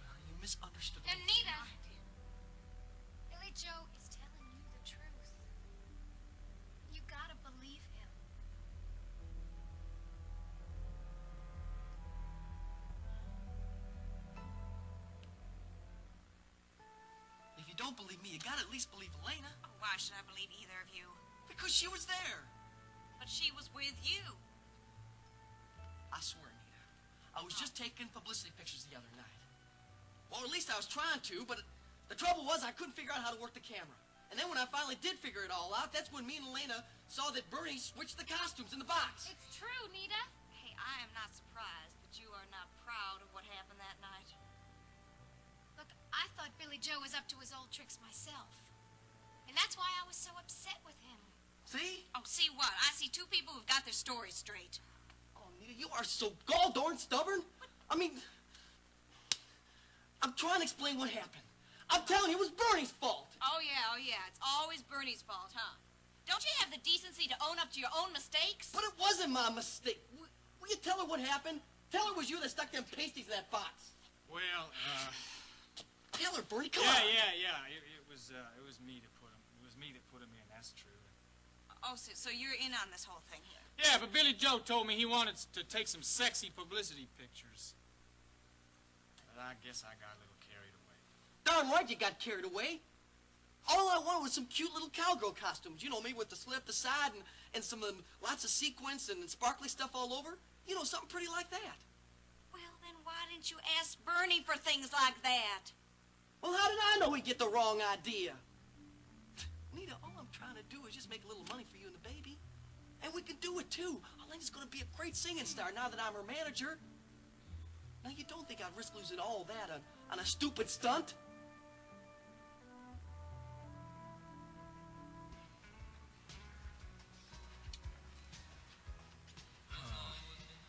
I don't think I'm hungry, Maggie. Are you sure? Yeah, maybe later. I just can't think about food right now. Okay. How's your hand feeling? It's still a little sore, but I don't think it's going to swell up. Well, of course not, because I made you put it in the ice right away. Oh, but it's so cold. Well, now, if you stopped rubbing it so much, it might get better. Oh, I just hope you didn't break any bones. Well, if I did, it was for a good cause. Do you know when you talk like that, you sound just like Billy Joe Wright? Yeah, Nita said that. Well, Nita's got good sense. Well, if she's got such good sense, why'd she run over to the coop like that? You think she's going to be over there for a while? I don't know what she's going to do. All I know is that she told me to leave. I just don't understand it. She came in there and knelt down by Billy Joe like she was protecting him. And just the other day, she told him to get out of her life. Oh, if you don't understand that, then you don't know anything about women. I just should have never left like that. Now, will you quiet down, or I'm going to have to put both your hands in the ice? Oh, Ricky. You really got it bad for her, don't you? I just don't want to see her throw her life away, and that's just what she's doing. Honey, it's her life. But I was so sure. After I talked to her, I was so sure she was through with it. I know. How could she change just like that? She's having a struggle between her head and her heart. She came in here the other day with a suitcase. She said it was for the last time. Well, I wouldn't let that get my hopes up. Yeah, well, guess it's too late for that.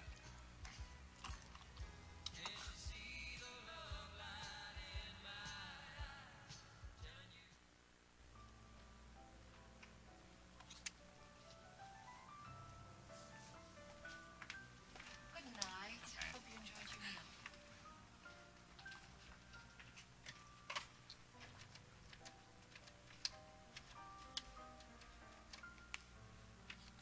Dennis.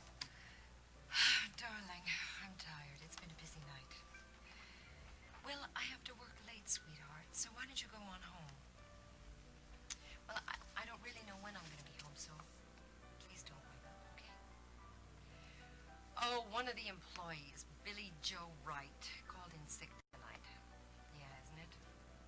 So I had to do all of his work as well as my own. Okay, darling. I'll be quiet when I come in. Good night.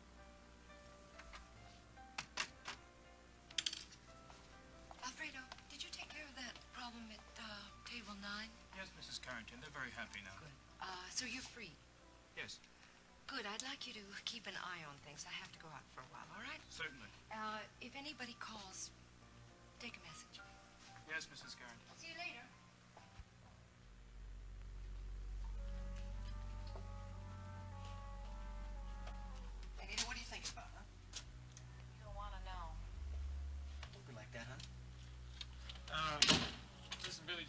sure you straighten up the tables before we open. How's everything going, Bernie? Well, I had my hands full earlier, but everything's fine now. What do you mean? Oh, nothing. We just had a little problem, but it's all settled. What kind of problem? Nothing. Billy Joe just had a slight misunderstanding with a friend of his, that's all. Decker ain't no friend of mine. Well, looks like you lost the battle, Billy Joe. Yeah. I won the war. Who's the broad? That there's my wife, mister. I want to see you in my office, Bernie. Yeah, sure thing, boss.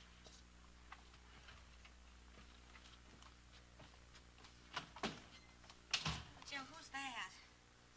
That's Chris. Oh, it gives me the creeps. He's my boss, Nita. Your boss? Yeah, he owns his whole place. Oh, good. Good? Yeah, good. Because he's the one you can talk to when you tell him you're quitting.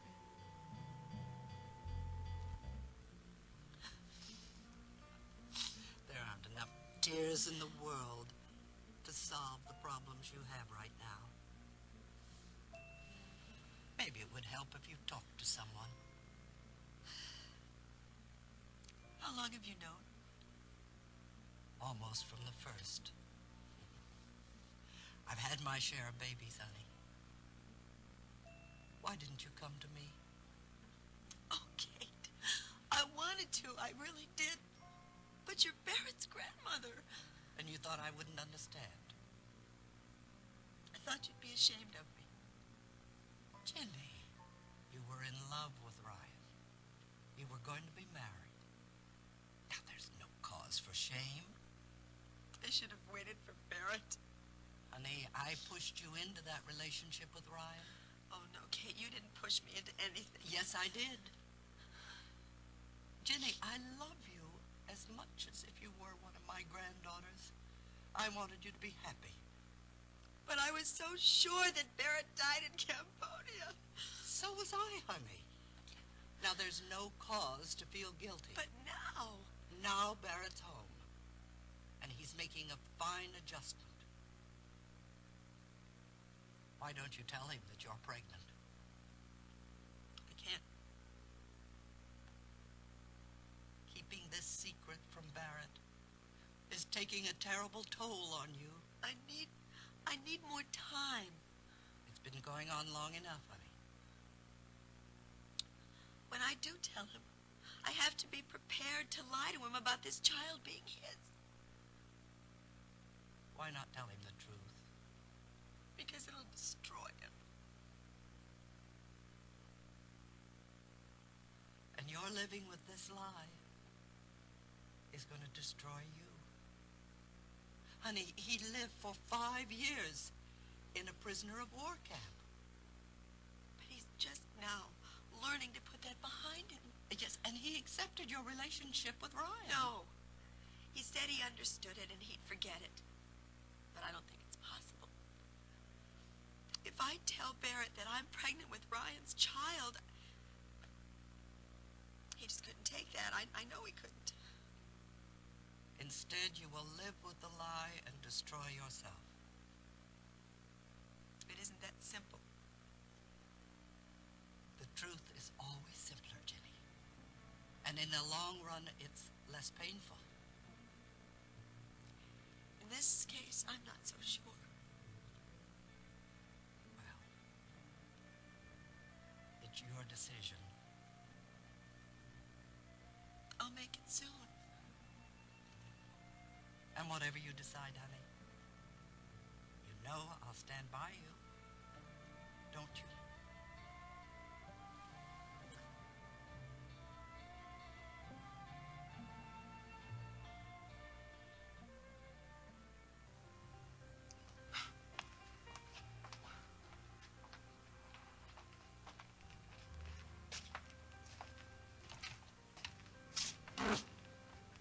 What do you mean Chris is the man I should tell I'm quitting? Well, just that, Billy Joe. But I don't want to quit. I mean, why should I? I like working here, and it's easy, and the pay's real good. Oh, the pay's good, uh-huh. Well, pretty good. and the people are interesting, and I figure that way I have means to meet a lot of contacts for Elena. You don't need the kind of contacts you're going to meet in a place like this. Well, what's wrong with this place? Plenty. Nita, you shouldn't come down so hard on the chicken coop. I mean, what's so bad about it? It ain't as bad as it looks. Well, maybe not, but if it's just half as bad as it looks, well, that's bad enough. Well, this is what you call down-home atmosphere. Look, Bill Joe, just a little bit ago you were upset because I thought something was happening between Elena and you. But you were wrong, you know that.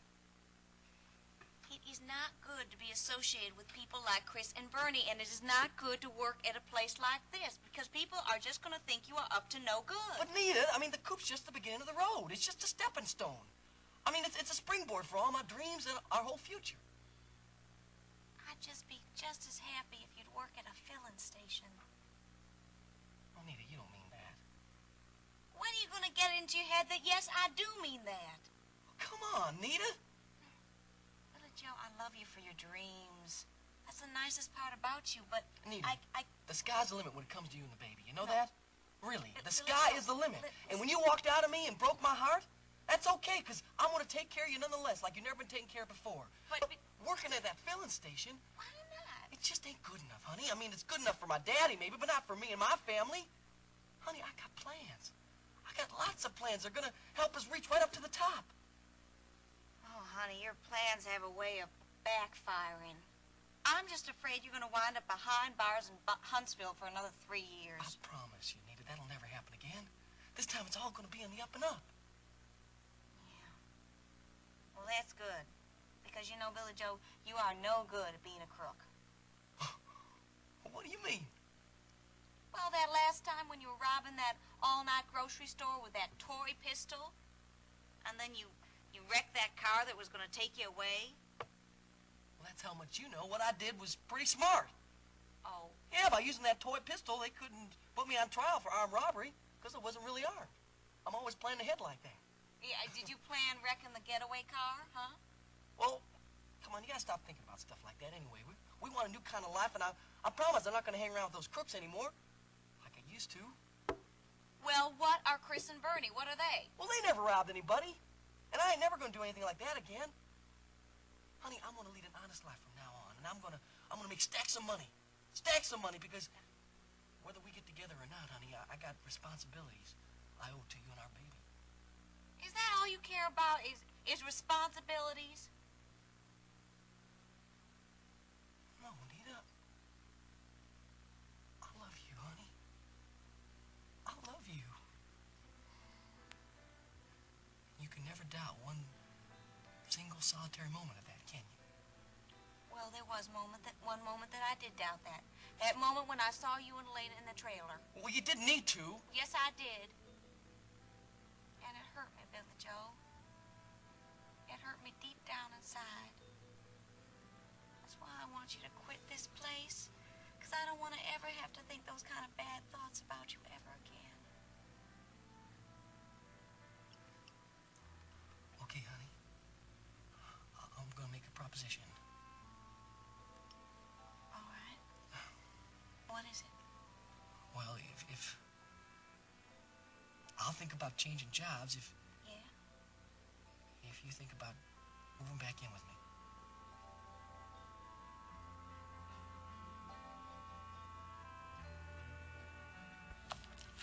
This is just for last week.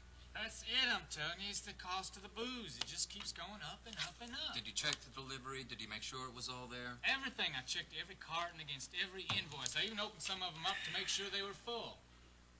Well, that's it then, I guess, huh? Yeah, that's it. How's things over at the film studio? Good. The script is finished. Yeah, what there is of it, huh? We should begin shooting our epic by the end of the week. By the end of this week? That's awful quick, isn't it? Yes, which reminds me, didn't I speak to you about getting some girls lined up? Yeah, I've been scouting around. I think I got us some real good prospects. Prospects? Wonderful. I need commitments, Bernie. Well, I was just waiting for you to tell me the date. Now you've got it. And they better be a heck of a lot better looking than that crowd you dragged in from the zoo last time. I thought some of them looked pretty good. What we need are young, healthy things, you know? Fresh and eager with some meat on them. Well, if that's the way you feel about it, why don't you just get Billy Joe to pick out the girls for you? Now that's not a bad idea, Bernie. That's not a bad idea at all. Okay. I'll go talk to him right now. Good. If his wife is any indication, he might come up with something nice for us. Wish you had more time to drive you over to Maggie's, but I gotta finish cleaning up here before we open. Well, I took a cab to get here. I can take a cab back. I hate it when you go wasting money because of me. Well, Maggie's gonna have a lot of questions for me. It'll be better if you're not there. You know, I'm real glad you're worried enough to come way over here. Well, I wouldn't be so worried if you just quit this job. Now, I said I would, and I'm a man of my word. Especially now that it means you're going to be coming back to me.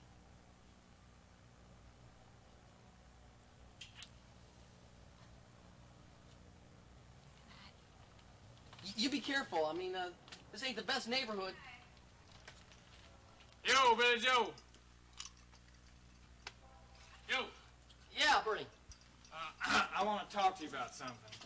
That's good, because I want to talk to you about something, too. Yeah, I just been having a meeting with Chris. Yeah? And, he wants to ask a favor of you. What kind of favor? Well, you know he's in the movie business, right? Yeah, I heard all about his movies. Well, he's about to start shooting his next special film at the end of this week. So what's that got to do with me? Well, I am proud to announce that he is about to bestow on you the incredible honor of having you find the starlets for his next film. No acting experience necessary. But I don't know any starlets. Well, then I suggest you get to know some. Now, how am I supposed to do this, huh? Oh, come on, Billy Joe. There's lots of girls hang out in the coop most evenings. Just explain to them what the films are about, and if they agree, then just send them on to old Bernie. Oh, just send them over to old Bernie, huh? Yeah. Only, make sure you don't pick out any dogs, okay? Just pick out the ones that are young and fresh and eager. I don't think you got the right guy for this. Well, Chris thinks you're the right guy, and he don't let just anyone work on his films. I'm not good at talking people into things. Well, if just talking ain't good enough, then take some of them to a trailer and do some convincing. I don't care. Whatever works, whatever does the trick, that's fine with me. Well, maybe, Mr. Shaw ought to bestow that honor on somebody else, huh? Well, now, listen, don't think that he's going to ask you to do this for nothing. He's willing to pay you real good for your services. It ain't a question of money, Bernie. Well, what is it then? I just ain't interested. But Chris wants you to. Well, you can tell Chris to forget it. Hey, now listen, let's quit pussyfooting around, okay? I'm not asking you, I'm telling you. You don't got no choice in the matter.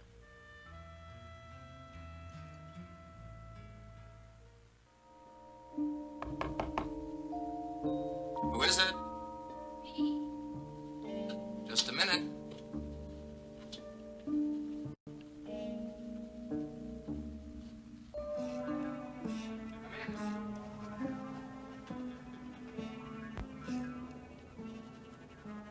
Chris?